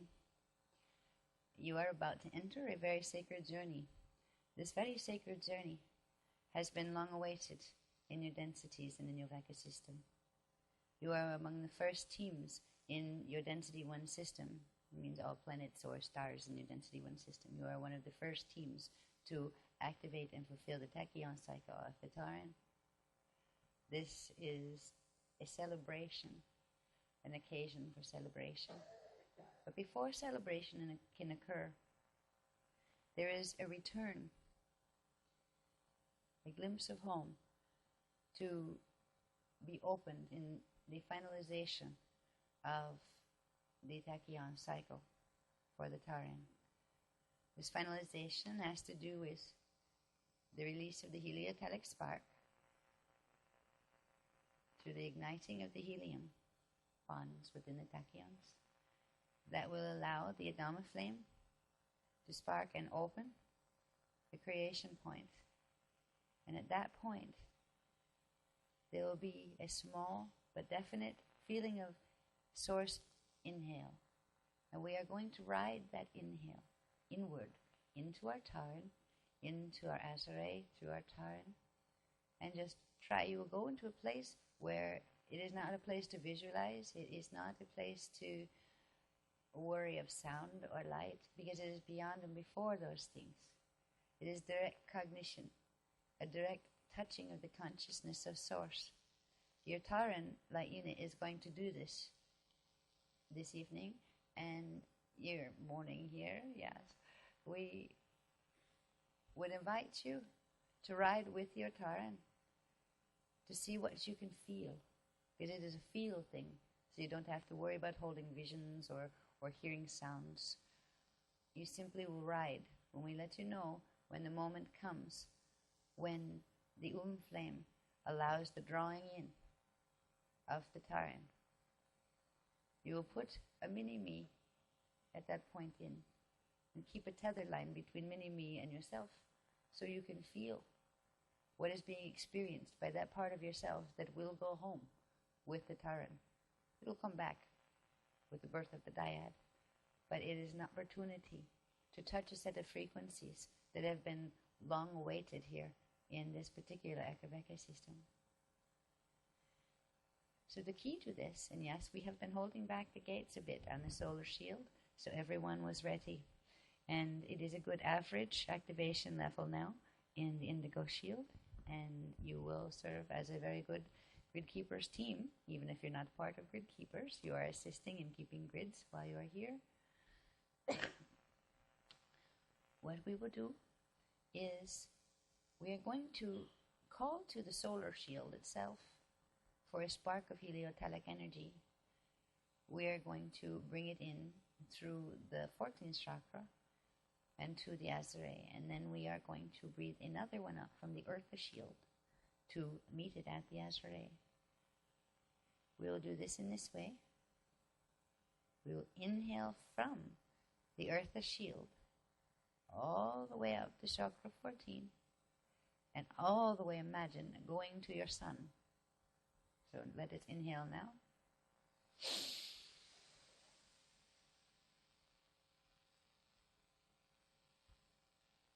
Hold the inhale for a moment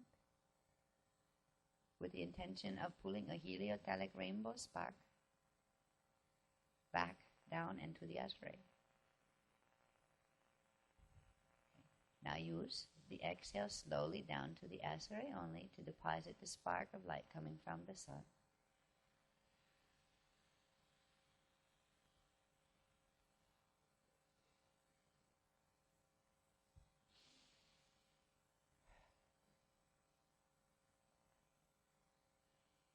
Now we will inhale upward to chakra 14.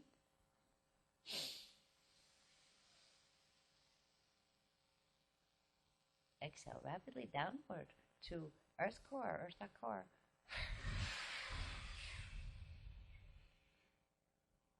Hold at the bottom of the exhale. And now we will draw a rainbow spark, heliotalic spark, upward to the Azure. Hold for a moment and gently release the other rainbow spark in the Azure.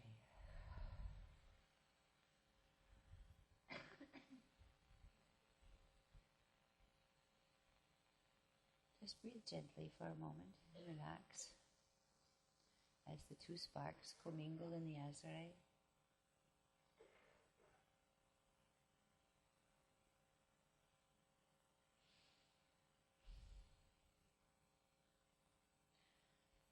Now, in a moment, we will inhale at the Azure, but with a backward motion, moving from the front area of the Azure back into its center and into the Partiki center of the Taran that is stationed at the Azure. So we'll use a quick burst inhale to bring the sparks back in to the center of the Taran. Hold for a moment.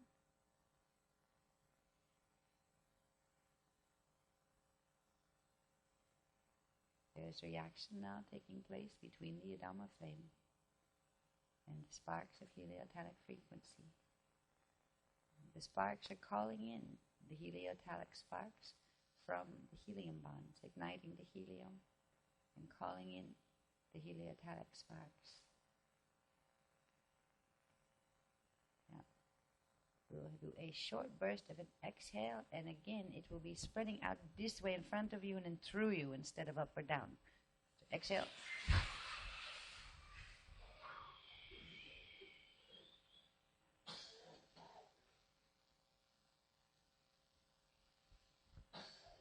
You can breathe gently now.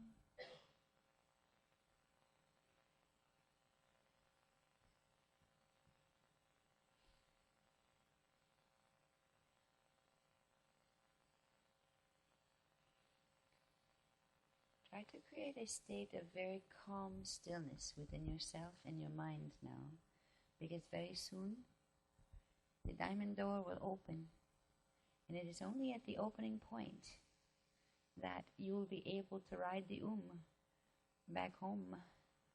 You will be able to ride a piece of your consciousness back in to touch the consciousness of God's source directly in its pure, non-manifest form. And you will come back out with the birth of the dyad. Once this is accomplished in the indigo shield, it will be time to assist the Eartha and Sala shields to free their burdens and to separate from those things that are finite and falling. Will be another moment or two of gentle breathing, waiting for the reaction in the center of the creation point.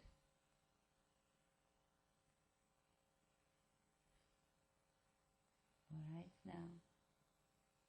In a moment, you'll inhale and imagine a small version of yourself floating on the inhale down through the center of the time, through the creation point. 1, 2, and 3. Inhale.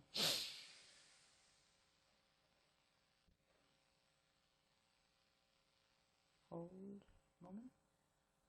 Let the flame surround your mini-me. This will happen automatically. You don't even have to think it or visualize it. You can relax the breathing now. And begin to slow the breathing. Just slow rhythmic breathing. Imagine your bass pulse rhythm is now, it's accelerated so fast that it's beginning to go into slow movement.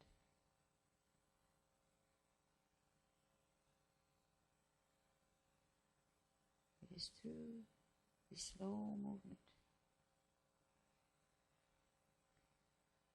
that you will be able to touch what is known as the point of love within the heart of God. It is the lovely flame, the flame of Rashala. This flame of Rashala ignites as you pass the diamond door, pass through it into creation point. When you return out, you will be bearer of the flame, for you will carry in your mini-me and in your Taran the configuration of the flame of Rashala, the first level of being within your eternal body. Just breathe gently and slowly. Try to sense now the small self, the mini-me that you sent through into creation point to touch the consciousness of Source. Try to sense what it is feeling. It's not out yet, it's not returned yet. It may be sensing a rumble that's actually occurring behind the creation point in the consciousness of Source. A rumble that means a birthing will soon take place as the Taran returns, and with it, it brings the dyad. Your mini-me will be replicated in the Taran. It will remain in the Taran, but it will also have a replica of itself in the dyad.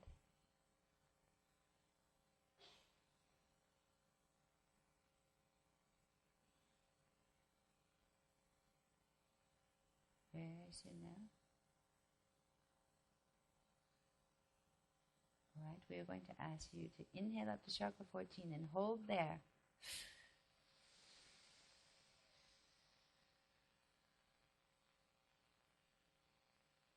And when we say to exhale, will be the point at which the Taran returns with the dyad being birthed.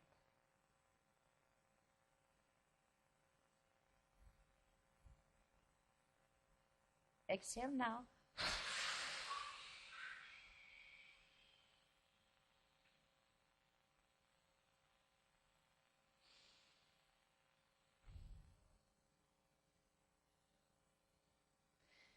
Now, the rebirth of the dyad begins the rebirth cycle of your universe, the planet, the galaxy, your body. We will now share this gift with the earth shield and the indigo shield, and each body in it who chooses to participate will serve as a living conduit through which the frequencies from the Salah shield can reach down to the earth shield. Will be the intermediary arcs that allow for the natural arcing to take place that normally occurs between the staffs and rods of planets and their suns. For now, the indigo shield will serve that role for Eartha, and then Eartha will serve that role for us as well. Inhale to chakra 14.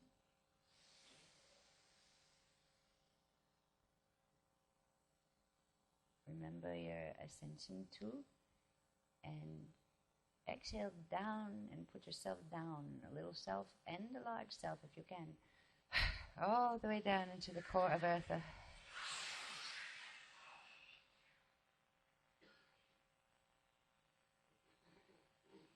And then just breathe gently.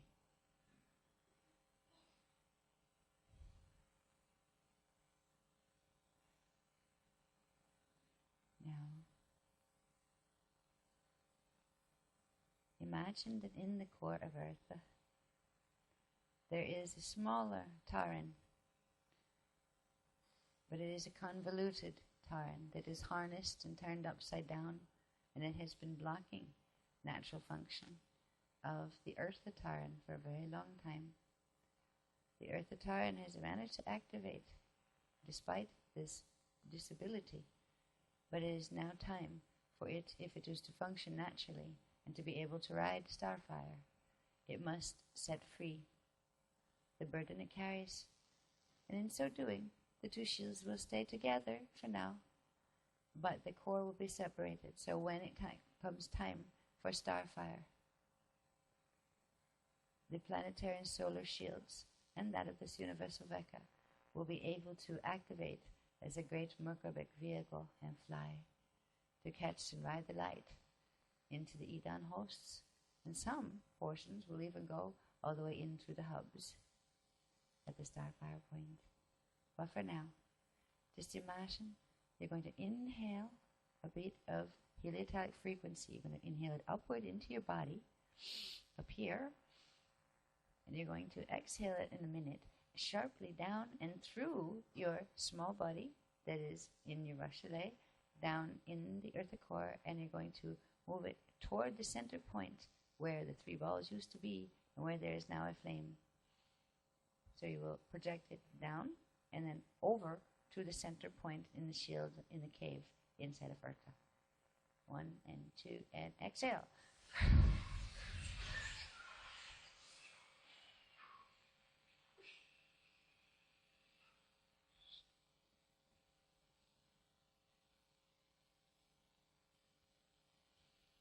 Alright, now, this has set the field which will allow the separation to occur. But there are a set of frequencies that are required, and this is why we had asked that you be able to go outside. That you can catch these frequencies simply by being in the moonlight, which is reflected sunlight. What is a reflection? But a reversal. Certain things in moonlight are actually much healthier than reverse sunlight is in the first place. So there are portions of the spiral that you anchored from the sun today that are now available in their natural form as they bounce off the lunar surfaces. We will anchor these, and these will be the frequencies that will run now through the indigo shield as its vessel and down into Eartha core and over those little arcs of energy that you made when you sent the sparks down and over. And it will go on its own at that point. The separation of the shields will begin with the core, and the separation within yourself from any contamination of the bouquet ball, as we call it, upside down Taran, will begin to occur as well. We will have a release of the crystalline winds. We will complete the cycle of the Taran tachyon as we go out into the sun, to the sunlight reflected by the moon. We will bring in all the frequencies needed. You don't need any hard, fancy techniques after this point for this activation. There will be techniques for dyad and for the other levels. Not all of them will be as difficult as these had been as far as new and many steps. But when we come back in, after being out in the lunar light, we will finish the workshop, and your activations are beginning and will complete. Some will complete with the indigo shield, which should be completed by between, what they say, 6 to 9 a.m. All right, for certain ones in the indigo shield. For others, it will be 9 p.m. to 12 a.m. Tuesday when you get home. But the activations are set in motion, and there's nothing more that you have to do with them right now. They are on their own. Your Taran has inhaled and come back out with its dyad. Now that dyad, that rebirth dyad, will begin its process of freeing the fragments of the dyad that had been broken. It will begin purging and clearing that. Be gentle with yourselves. Some people might feel a bit of different sensations, a bit of flu symptoms might happen, but don't give yourself the program that they will, because they don't have to. It just depends on how much stuff is left there to clear. So we won't tell you what symptoms you might have, because we don't want to encourage you to have them. It should be mild this time. Each level will get stronger in the cycle, from dyad to myad to monad.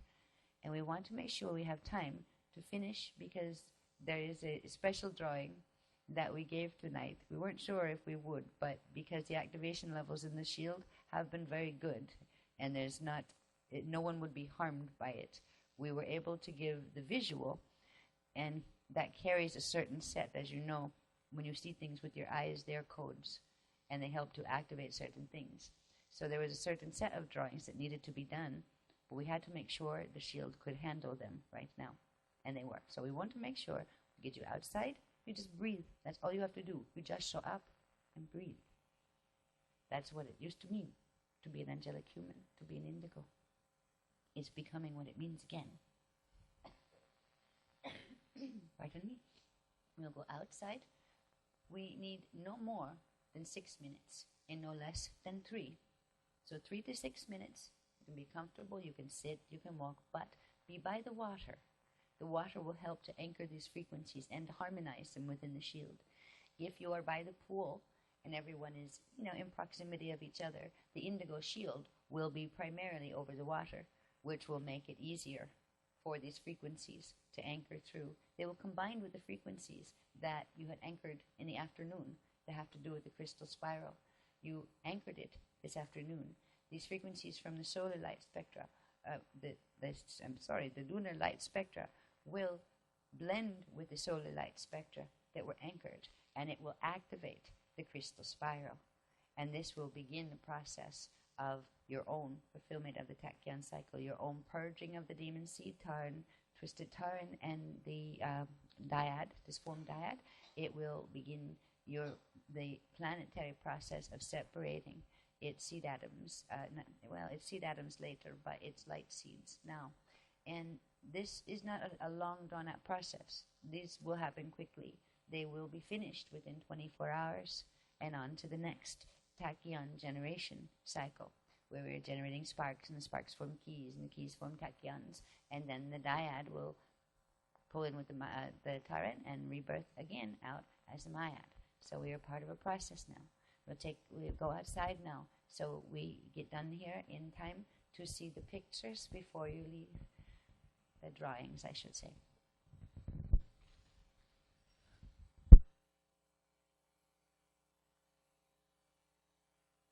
Range. Okay, let's try it different. How many people didn't? It doesn't matter if you did or didn't. I just curious, just as. Okay. Oh, there's only a few. That's all right, because I would say that was a mass experience of something. of the moon going like partially biveka, then triveka, then 2 little black moons coming out and rolling around the sides and kind of playing tag behind it, and then it was pulsing, and it was like I felt like it wanted to go and just release, like I could see silver rays wanting to come out, but it didn't do it yet. But that, I do believe, qualifies as a bona fide sighting of the 2 moon effect, the beginning of it. What I'm also getting is that there's going to be more distinct effects. That was the beginning. That's with the Taran cycle, finishing its tachyon cycle. When the dyad cycles and gets to this point in its tachyon cycle, I think there will be a more distinct separation, and I think we're going to see more distinct separation each time. So now the trick is going to be finding out how long does the dyad cycle take, how long does the myad cycle take, so we can put it on a calendar and find out when might be a good time to keep a camera ready and check it out, because it is nice to have confirmation. what's kind of interesting is, nobody made any promises or anything that anything was going to happen, just that it would engage. Right? And engage can mean several things. It means that, well, we're now engaged in the probability where that will happen at some point. Right? I think that was a pretty, for me anyway, it was a confirmation. So for the people who didn't see it do anything, don't worry about it. You'll probably get other chances to see a more distinct effect. But there were a lot of people, as you saw with the raise of hands, that saw that, and they weren't all standing next to me, hearing me go, "Oh my goodness, did you see that?" I mean, I realized at first I thought it was my eyes because my distance vision is not great, and I said, "No, here we go. I'm tired. Plus the distance vision, I'll probably see 20 moons." You know what I mean? But everybody around me was saying, "Look at that! Yeah, I see that," and they were getting it on picture. There's a few people who have actually got it on camera where it was stretching, and you could see the effect of like 2 and 3 balls. So. That's kind of neat. So much for the 3 to 6 minutes by the pool. Everybody's staring up there for half an hour looking at the moon. Yeah. I wonder if there are any residents of the hotel awake watching 200 people stand by the pool and stare at the moon. They're probably waiting for us to start to howl. Anyway, we have a couple of diagrams to finish up. The activation is going well, they have said, with a chuckle. Hello? Are we missing anything out there? No, nothing you won't see again and again and again. They said it 3 times. I don't know if that was just saying it or if that's saying it 3 times because it's going to happen 3 more times more distinctly. I'll find out, eventually. Anyway, I'm glad you were here to share that with us because we saw the beginnings of this in Morocco during Demon Fest, in the desert.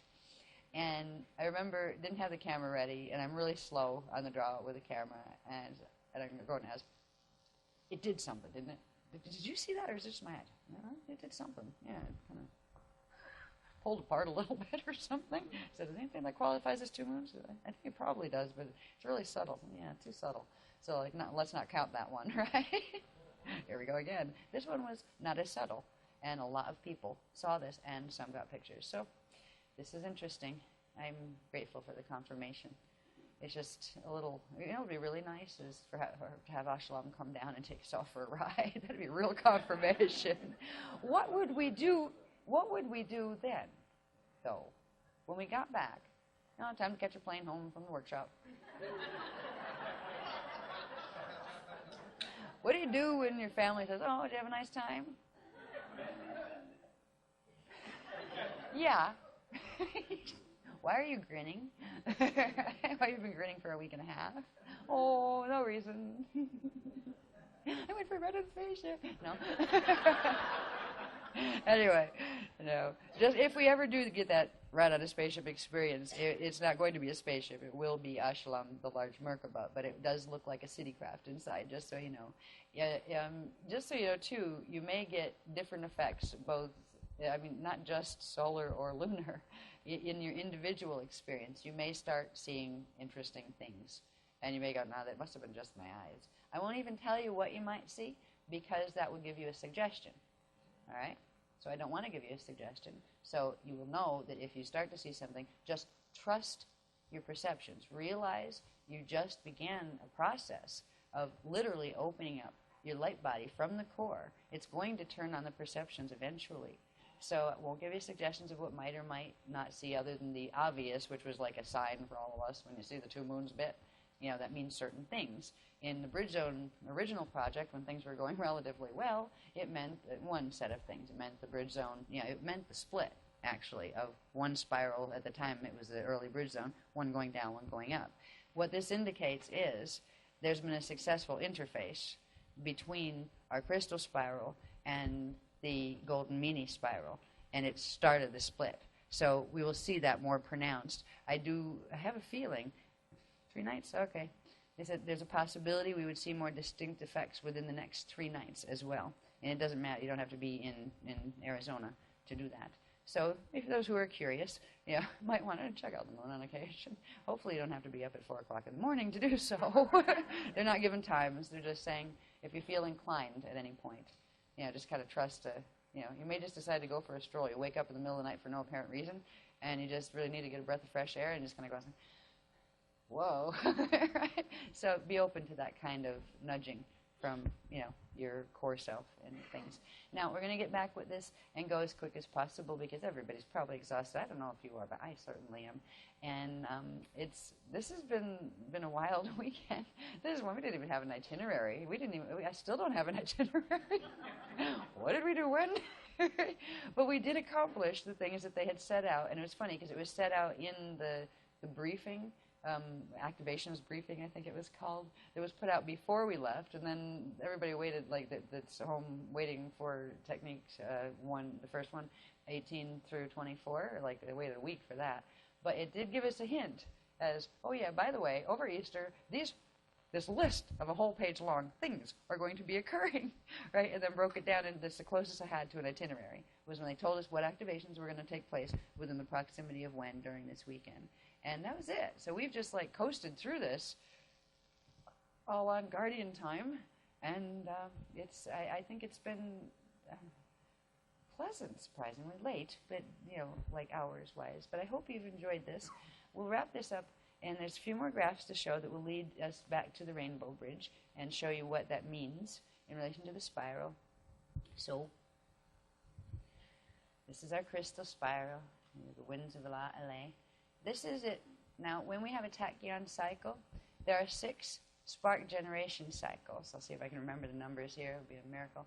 That's the 0 point, right? In any cycle, if you just looked at one of these, right, just one round of say, the core one spinning, right? These actually spin, which means they each go through each of those 6 axes as well. So if you took just one Cathara grid, and that corresponded to one level of the star-born body, let's say the Tauran, there's a specific set of cycles that the keys are generated in when it moves from the 0 axis to the 1. You have sets of keys generated on 1, 2, 3, 4, 5, and 6. When you get to 6, there's an in spiral that happens where the keys pull in to the center, and then there's a really quick back spiral that releases. So you've got one 6 cycle that goes clockwise and creates positive charge keys, and then there's another 6 cycle that comes back and creates negative counterclockwise charge keys. And those they're not even the keys yet, they're the sparks. And then those are the sparks, the positive and negative sparks, that assemble to form keys. And I don't know how many times it spins back and forth to bring the keys together to form tachyons. But there are cycles. Each of these goes through a cycle. So what you're going to see in the graphs to come is not only the clockwise spiral, because this is the clockwise one moving out, right? That would be referring to when the frequencies are coming out this way. But when they hit the 6th cycle, some of them continue on, and others go back to the core and create the counter spiral in it, the counter rotation. And I think that's the next graph. Can I put that up, honey, please? This leads to understanding something about the flame that I talked about before, the pink flame. Ow.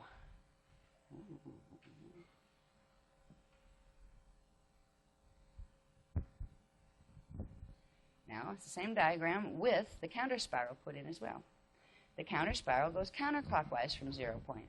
So whereas we had the 0 line here, right, and the clockwise spiral would spiral out from 0 to 1 to 2, 3, 4, 5, 6. And then it's a Tharo and Anthalon. I'll just call them Hetharo and Hethalon cycles. Just take off the H, right? I'm used to saying it that way. And this is the clockwise one. And then there's one arch that goes down in here and actually creates another one, goes back to the 0 in the core, then comes back out counterclockwise, where this is where you see on these diagrams it says axis positive 7, right? That's the 7th axis in the clockwise one. It's the first one in the negatives. So you have a set of negative numbers that go that way, that increase going that way. And you get the counter spiral going from 0 to its 1, 2, 3. The 4s line up, which I'm sure means something, but I don't know what yet. The 5, 6, and 7 counterclockwise, and then the 8th, and then they come back over here. All right. So there's these cycles that form. Now that would be just the big spirals. These are the little spirals that come off, those winds of LA that come off each of them. So the clockwise one has its set of little LA spirals that come this way. And then there's the other set of them that go with the counterclockwise one that go off this way. Now these become important because at a certain point of key generation, and we've just gone through this with the taran, and we'll next go through it with the dyad cycle, is, I'll show you in a minute. There's, I think, 2 more in the sequence. Another one, please.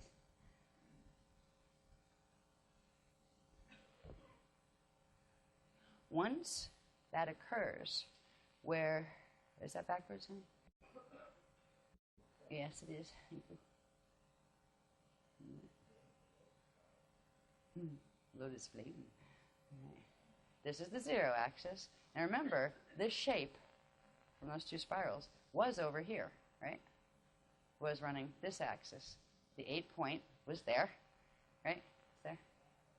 There's this neat thing that happens when they reach this point of expansion where they're crossing through each other, that the outer one shifts 45 degrees, and the inner one that was down here shifts 3 times 45 degrees.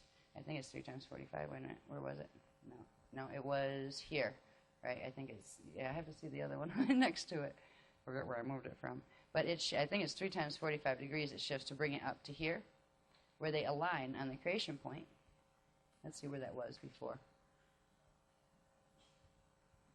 Actually, no, it shifts more than that. No, it doesn't, wait. 1, 2, 3. Yeah, it shifts 3. Can you move that one out of the way and put this one back for a minute? I have to count my shifts. It's 3, isn't it? 1, 2. I can't see it with the mouse scribbled up on top of each other that way. Yeah. So this one that's here ends up going 1, 2, 3. Yeah, it shifts 3 times 45, and this one shifts 45. And when they shift, they turn into that, which is what is called the flame of Rosh Hashanah. And flame of Rosh Hashanah is interesting. Let's look at it. Now we see how it formed through the tachyon cycles, through the spirals, and their interaction, and then at a certain level of interaction where they cross through at the 8 point, the whole thing shifts, and it creates the flame effect. Let's see it without all the lines running through it and see what shape we've got there. Should be that next, yeah.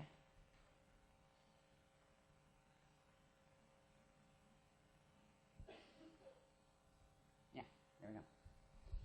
This is basically called the flame of ascension. It has pink, this is the pink band, and it's interesting because it grows. These are the parts that actually go into etheric level, where this is the shape, the solid outlines, right? That's the shape of the one you just saw.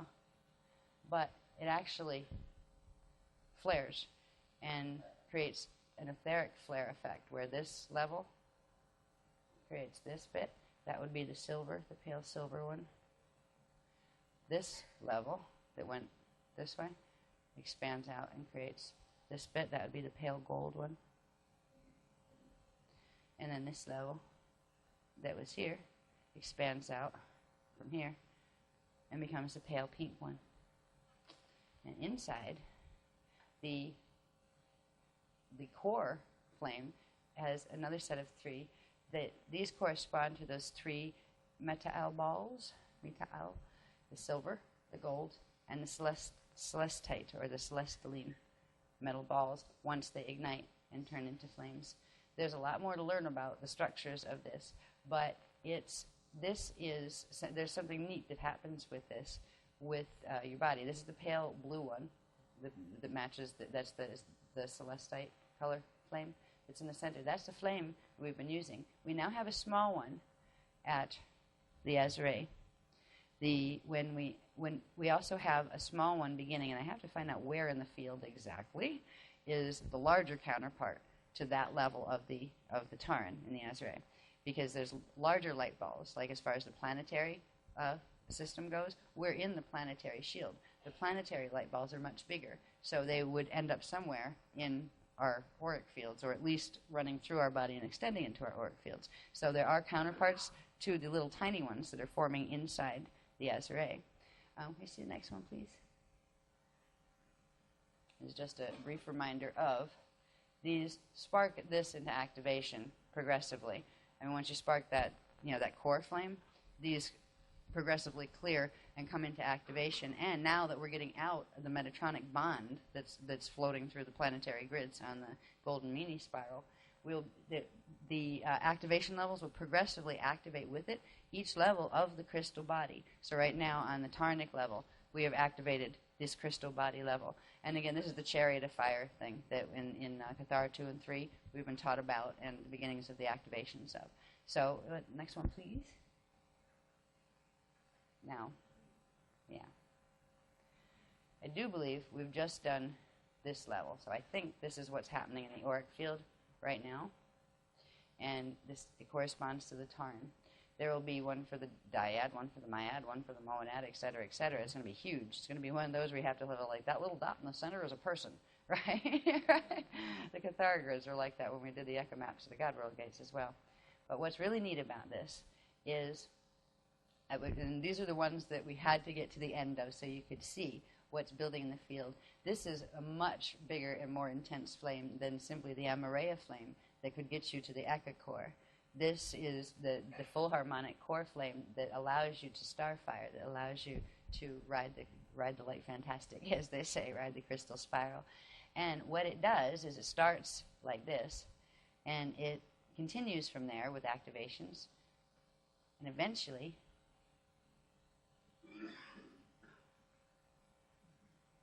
you were here, right? Earth. Right? This is where that last diagram was, where we've now activated the flame. At a certain point in the activations, this chamber opens, and it is your ascension tube, your ascension chamber. And as light, you pass through it, and then remanifest in the flame. And you can travel all over the place, including through starfire in that configuration. So they call it the flame is the Rashalay body, is the flame that activates the Rashalay body. But it is the Rashala flame of Rashala, they call it. And it is the flame that starts inside of the diamond door. So it's like going even closer to creation point. There's going to be a lot more we learn about this, I'm sure. But at least we got this far, and you see how it built up through the spirals. This is why it's much better to have a crystal spiral than a Metatronic spiral, because Metatronic spirals can't do that. So I wanted you to know that this is what we're building. This is what the key activations and the tachyon cycles are building for us. They are creating the thing that opens the ascension chamber, where you go fully into the flame body capable of starfire. It is the starfire flame, and that was kind of exciting. I was thrilled when they showed me that. Oh, look, it looks like an Akasha. Yeah, and now it shifts. Just went, oh, cool. They're sitting up there trying to get this stuff done really fast. Now, back to more normal things. More down to earthly things. Oh, yeah. Remember, this is a diagram of the Akasha, our universal Akasha system, or let's call it cosmic Akasha, because these are universes. We have our 4 Vecca quadrants, which are universal Cathara grid structures, Stargate structures. These are the basic spheres that are running they'd be the rayon field that run from the 1 to the 12 point. Now, these balls here, they're on center with, and it's hard to tell which ones are and which ones aren't, but the ones that run the vertical staff would be the natural positions, and these would be the natural light body cells that we would be activating as we go through these activations. However, if you see these weird little offset ones that are like not in the right place, right? One's on this axis, one's on this axis. These are this one's the Wisadrak, and this one is the Wisadak black hole system. Now, our Vecca has been over here. It has rotated to this position over here, and it's next. What it should be doing is next rotating this way. It's not going to make it that way. It can't rotate anymore because the graviton has broken its staff connection, and that means the staff will reverse in its polarity and its spin. And what this is why we're saying it is a falling system at this point. You can't stop it from falling at that point. But what you can do is pull what can ride, and that's what we're doing with the spirals. We're activating the frequencies that will allow the hub cluster gates through those things I showed you before that had this with all the white lines going across, where you had the Polarian interface gates here and the Ark of the Covenant interface gates here. We will be able to pull through what's still viable grids through these activations, things that can hold the base pulse rhythm of either the rainbow spiral or the full crystal spiral. Will be able to pull out of fall, and I'll show you what that means in terms of the spirals they'll be following in relation to the Vecca. But basically this is tilted at this point.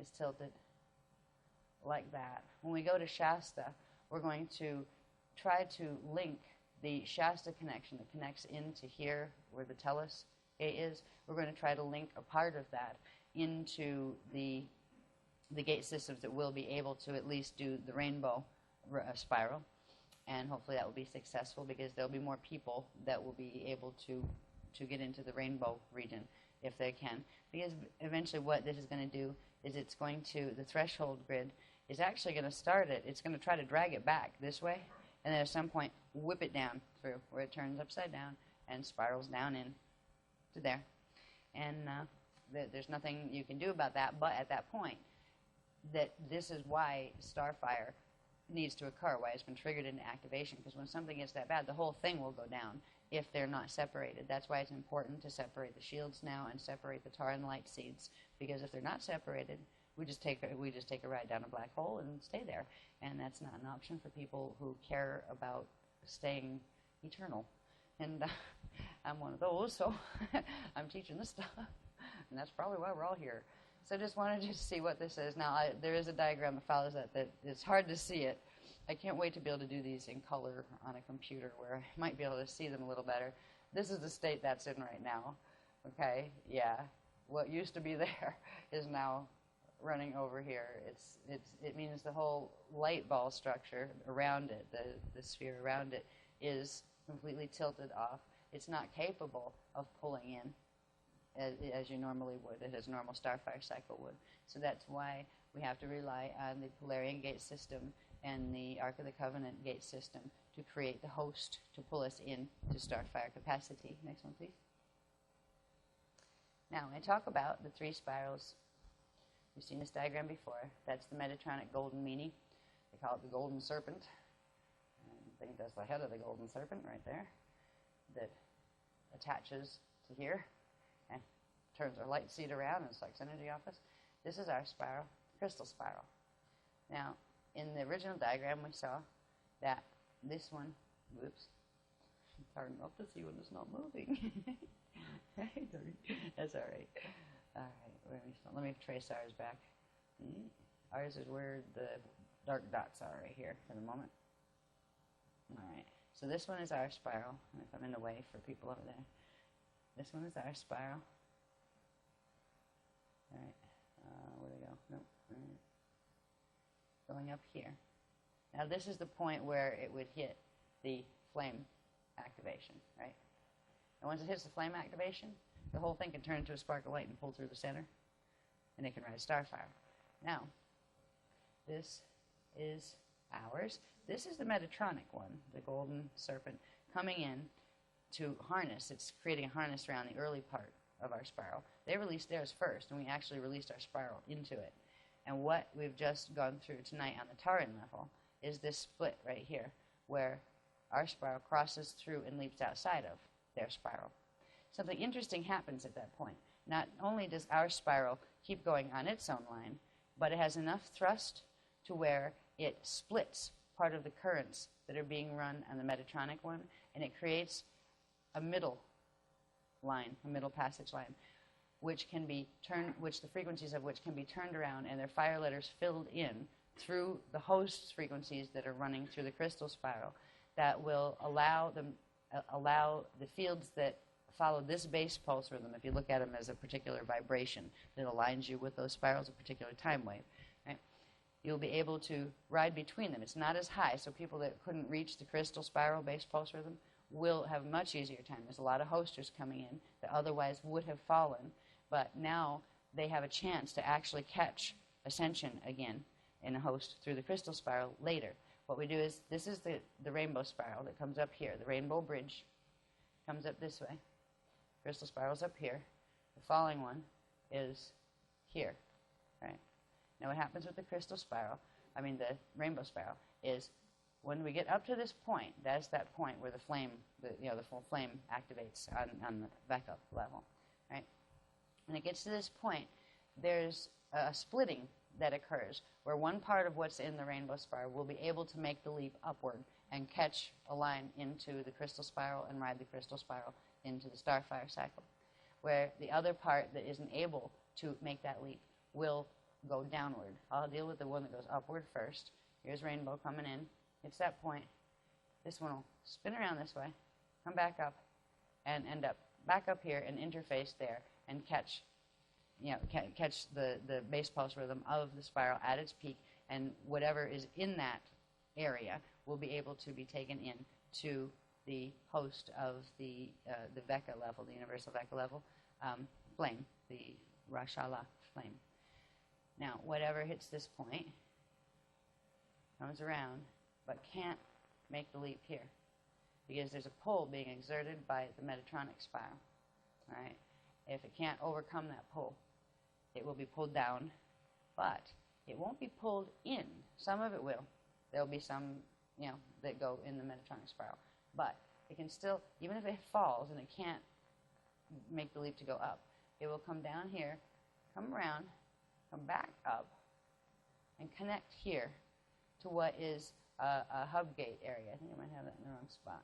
Yeah, now I meant to draw that down. It goes through here and connects into here. I have to draw this one out.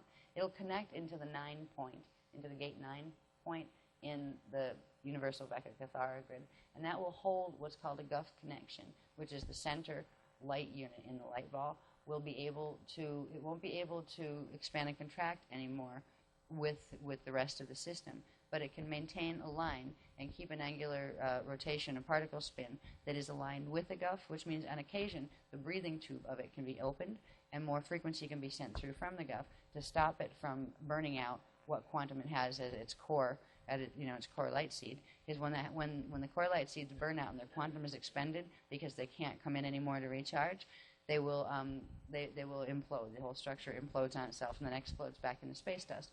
Because they'll be able to at least catch the Guff, they will have an opportunity to have indefinite evolution in there if they want to. They can create a Christic society. They would have guidance from the peoples of the hubs, the Hot Tours, and other of the councils that exist within the hub inner domains, and they could have the purpose of assisting other falling systems, and by doing so, they would be assisting themselves, because they would be getting quantum into their matrix without having to steal it, without causing harm to anyone for it, actually in a way that was serving the well-being of others as well. And it was an option that was put across to the ones who were going to fall. There are certain soul groups that are just going to fall. Their shields are collapsing. They're going to go either Metatronic or this. There's a bunch of them that do not want to do this, especially now that it's Wisadrak that is the hole they're going to fall into. There's a whole bunch of Anu races that do not want to go there. You would not believe the flood at the gates of the Emerald. There was an offering of a restatement of the Emerald Covenant that was offered by the higher councils recently. And it's like, I think the line goes all the way around the building twice, if you know what I mean. Because the Anu races do not want to fall Wisadrak.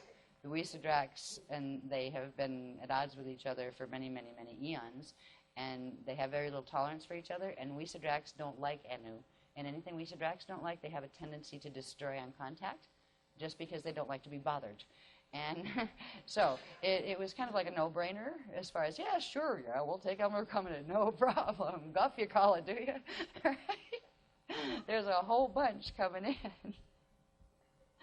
Because this is the Thetan, what the Thetans did in activating the Metatronic spiral was ensure that it would go into the Wisadrak black hole, and the Anu do not want to go there. So they figure, well, okay, well, at least the usual story of how the Anu tend to work, and the reason they ended up being fallen was because they say, yeah, I'll do that, no problem. But when it came down to actually, following the natural Christic laws of energy, egos got in the way. And there's an arrogance that's carried in that race strain that has been their downfall. They still have a bit of that original thing that their original soul collective had that they should have learned by now. It does not work. Is that I really think we could have done creation better than Creator did. It's just not fair. We weren't given the chance, right? They're just like, oh, get over it, will you? You know, they don't have, there's a few things missing in their apartheid and their shields, that they just don't feel this connection with Source, that it's like, you're not competing with Source, for goodness sake. You can't. It's a dumb idea. You know, it's not going to work. So anyway, there's a bunch coming in. It ought to be interesting to see. That's probably why we're releasing all of this information in pictures and things like that, because it would be really interesting for all sorts of people that are involved with things like Galactic Federation, Great White Brotherhood, Archangel Michael movements, Daisy of Death movements, keys that are not of Ka, all sorts of movements out there that happen to be primarily run by Anu, will be having, let's say, a split of their spirals, and we are meant to help them catch the Rainbow Bridge. Because the Rainbow Bridge, for some of them, it will actually make the difference where they don't have to fall, where they'll actually be able to have this reprieve that they wouldn't have had otherwise. So they, you know, where they can make the leap up here and actually get back into the crystal spiral and regenerate enough of their codes where they would be out of false status and they would still be able to be part of the living creation where ascension is still a possibility. The other ones would at least have their own little safe zone where they're not going to get eaten by Weesadrax, which is probably a fate worse than space dust for most Anu, because it tends to be piece by piece. Yeah. So that is the Rainbow Bridge, and that is the Rainbow Region. And it is actually a reality field that takes... what is in that reality field is funny, because this is on a universal Vecca level as well, but the part that would correspond to our planet would be a part of the Earth's shield that if you took all of the arc hub cluster gates that all look like monads, right, with the arc gate in the center, and you folded each one of them up into one ball, and then you put all the 12 together into a bigger monadic configuration, and then folded them all up into one ball. If you took an imprint of all of the geographical regions that were in each of those zones, catchment zones of those spheres, you would have some really interesting new lands to look at. That is what it will look like. There will be what they call a new Earth, and it's funny because it was predicted in Revelations. There will be a new Earth. It is the rebirthing of Eartha, and it's not just Eartha; it's the entire Vecca system when it comes back on the other end of Starfire, because with Starfire everything will inhale, but then it will exhale again back into creation, but in its pristine form. So anything of the antichristic stuff, the beast matrix will be gone. You just won't have that there anymore, and we get a chance to start over, and that's really good. So right now it's kind of like, if you're at this workshop, you could probably feel pretty good that you're going to minimum go rainbow, if not go full crystal spiral to begin with. What's nice is there's a lot of people out there that don't even want to know about this work. They can't stand us.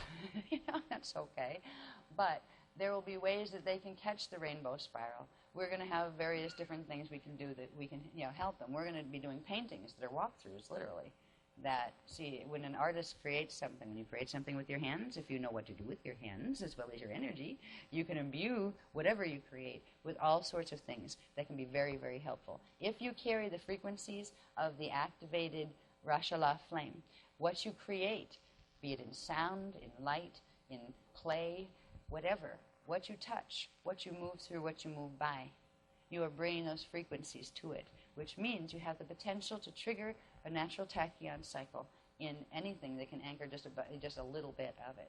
So there's going to be lots of things that can be created that when the time comes for Starfire and those hub cluster gates roll up and, you know, come in to do their inhale, there are all sorts of places that, let's say, aren't on the hub cluster maps that if they, say, have an interface gate that might look like a big painting on the wall or even a little one, and the people in that space have some capacity of activating Rashala, even if it's only on the rainbow level, they will find their painting opens up and draws them in like an flame and takes them right down into the main gate systems so they can get caught in the natural catchment of the starfire so they can inhale into it's called the Eden host. And that means they will be able to come back out in the rebirth cycles of the new Earth. So it's really quite a nice plan. It's like every time we get bad news, it just gets better. It's really weird. It's really strange how the Christic frequency works.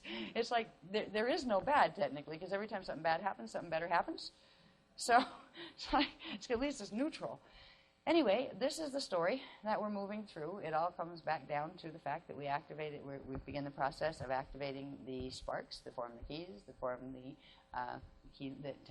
chelons, that form keys, form tachyons, that form tachyon fields, that finally form the levels of the Rashala flame that allows for activation of the Rashala body, which is the body that can travel in the flame. And it can go up and down in its pillar and demanifest and remanifest, not only in the outer domains, but all the way in to the hub levels. And there's something else you have to do to get from the hub all the way to the core completely into source. But you can ride in and out from those levels, even from the Eden level. You'll be able to ride in and out on the currents, the natural currents and these are like large cosmic cycles. When they're not 3-day cycles, these are like 3 millennia cycles. I don't know what the number is on them, but once you get to the point of Rashala body activation, where you're holding an Eden level activation, you will be able to ride the inhale and outhale. Okay? Yes, outhale. So anyway, that's the good news. This has been quite a workshop for us because it was just like relentless. We're either up there getting down, what are we teaching? Or down here teaching what we're teaching. And all of us have been activating a lot this weekend. I want to thank you for being here. And particularly without having any clue of what was going to be taught, because we put out just the first part of the technique and the bit that was given, and I don't even think it hit the main E group, which I thought it would. But it seems they're waiting for steps 17 through 24, which means the E group didn't get it until we got that here, which that worked out all right. It was supposed to work out that way, but that's not how my brain thought it was going to be. So we were a small group of people that showed up for, we didn't know why, but we figured it would be worth it. And I hope it has been. Onward, upward, inward, Godward. Thank you for being here, and I hope you can get some sleep. I think we're done. Did I forget anything? Have I forgotten anything? Okay. I don't. What? Okay. Just before you go, I think that we've both been so tired we've forgotten to acknowledge that these days our gatherings have grown larger and more complex, and with it there's been a growing number of people who've done a thoroughly superb job of organization, of various forms of interpersonal and other kinds of support. I won't mention names because there are far too many, but I think that in our tiredness we've perhaps sometimes forgotten to acknowledge all of this. The kind of work that is being done in the front line now is the kind of thing that Ash and I and Mac have dreamt of happening in a natural, organic way. And I wanted people to feel confident to step into some of those spaces. And that's happened this last 6-9 months, I think. And it's happened in a way that is surpassed our expectations, quote-unquote expectations, if you understand what I'm saying. But really, a heartfelt thank you from all three of us and the beloveds to all of you that every day do something to encourage not only yourselves but other people around you to take one small brave step into a wonderful tomorrow. Thank you all. We love you very much. Good night, and see you at Shasta. Did anybody tell them about Denver? Did anybody tell them about Denver? No, stop press. Oh. Because of the recent threshold developments, we have been asked to transfer what was going to be the Manchester workshop to Denver. So we are going to be doing that when? Yeah, so I don't know if you'd heard that from anybody yet, but I figured I'd let you know that. And I think there's going to be a postponement on Ireland, and I'm not sure yet, but I don't know exactly what direction that's going in. All right, this has to do with where we need to be now that this particular set of circumstances is activating in the grids. Because before, that was before threshold. It's almost like life before and after threshold, right? So I just thought I'd let you know. And yes, thank you all very much for being here, and thank all the people who are helping. It's amazing. It's almost like with this work, it's like it's our baby, you know, where we just put so much of ourselves into it, and we adore this work because it is source work, and we're just grateful for the opportunity. But what people have done with it is wonderful. Everything from the Cathara team to the Amente classes to the modules, it's just amazing to watch it go out into the world and be taken care of so well by so many very competent souls who understand what it means. And I agree with this. Thank you. I'm tired. That's why I knew I forgot something. I forgot to thank everybody for not just being here, but also for all the contributions everyone is making. You're doing amazing things with this work, and just thank you so much. It's really fulfilling to put so much of ourselves into it, to see somebody actually say, yeah, this stuff's worth it, and do the same. It means so much. So just thank you again. Sure. Thank you. Have a safe trip home. Whichever home you're going to.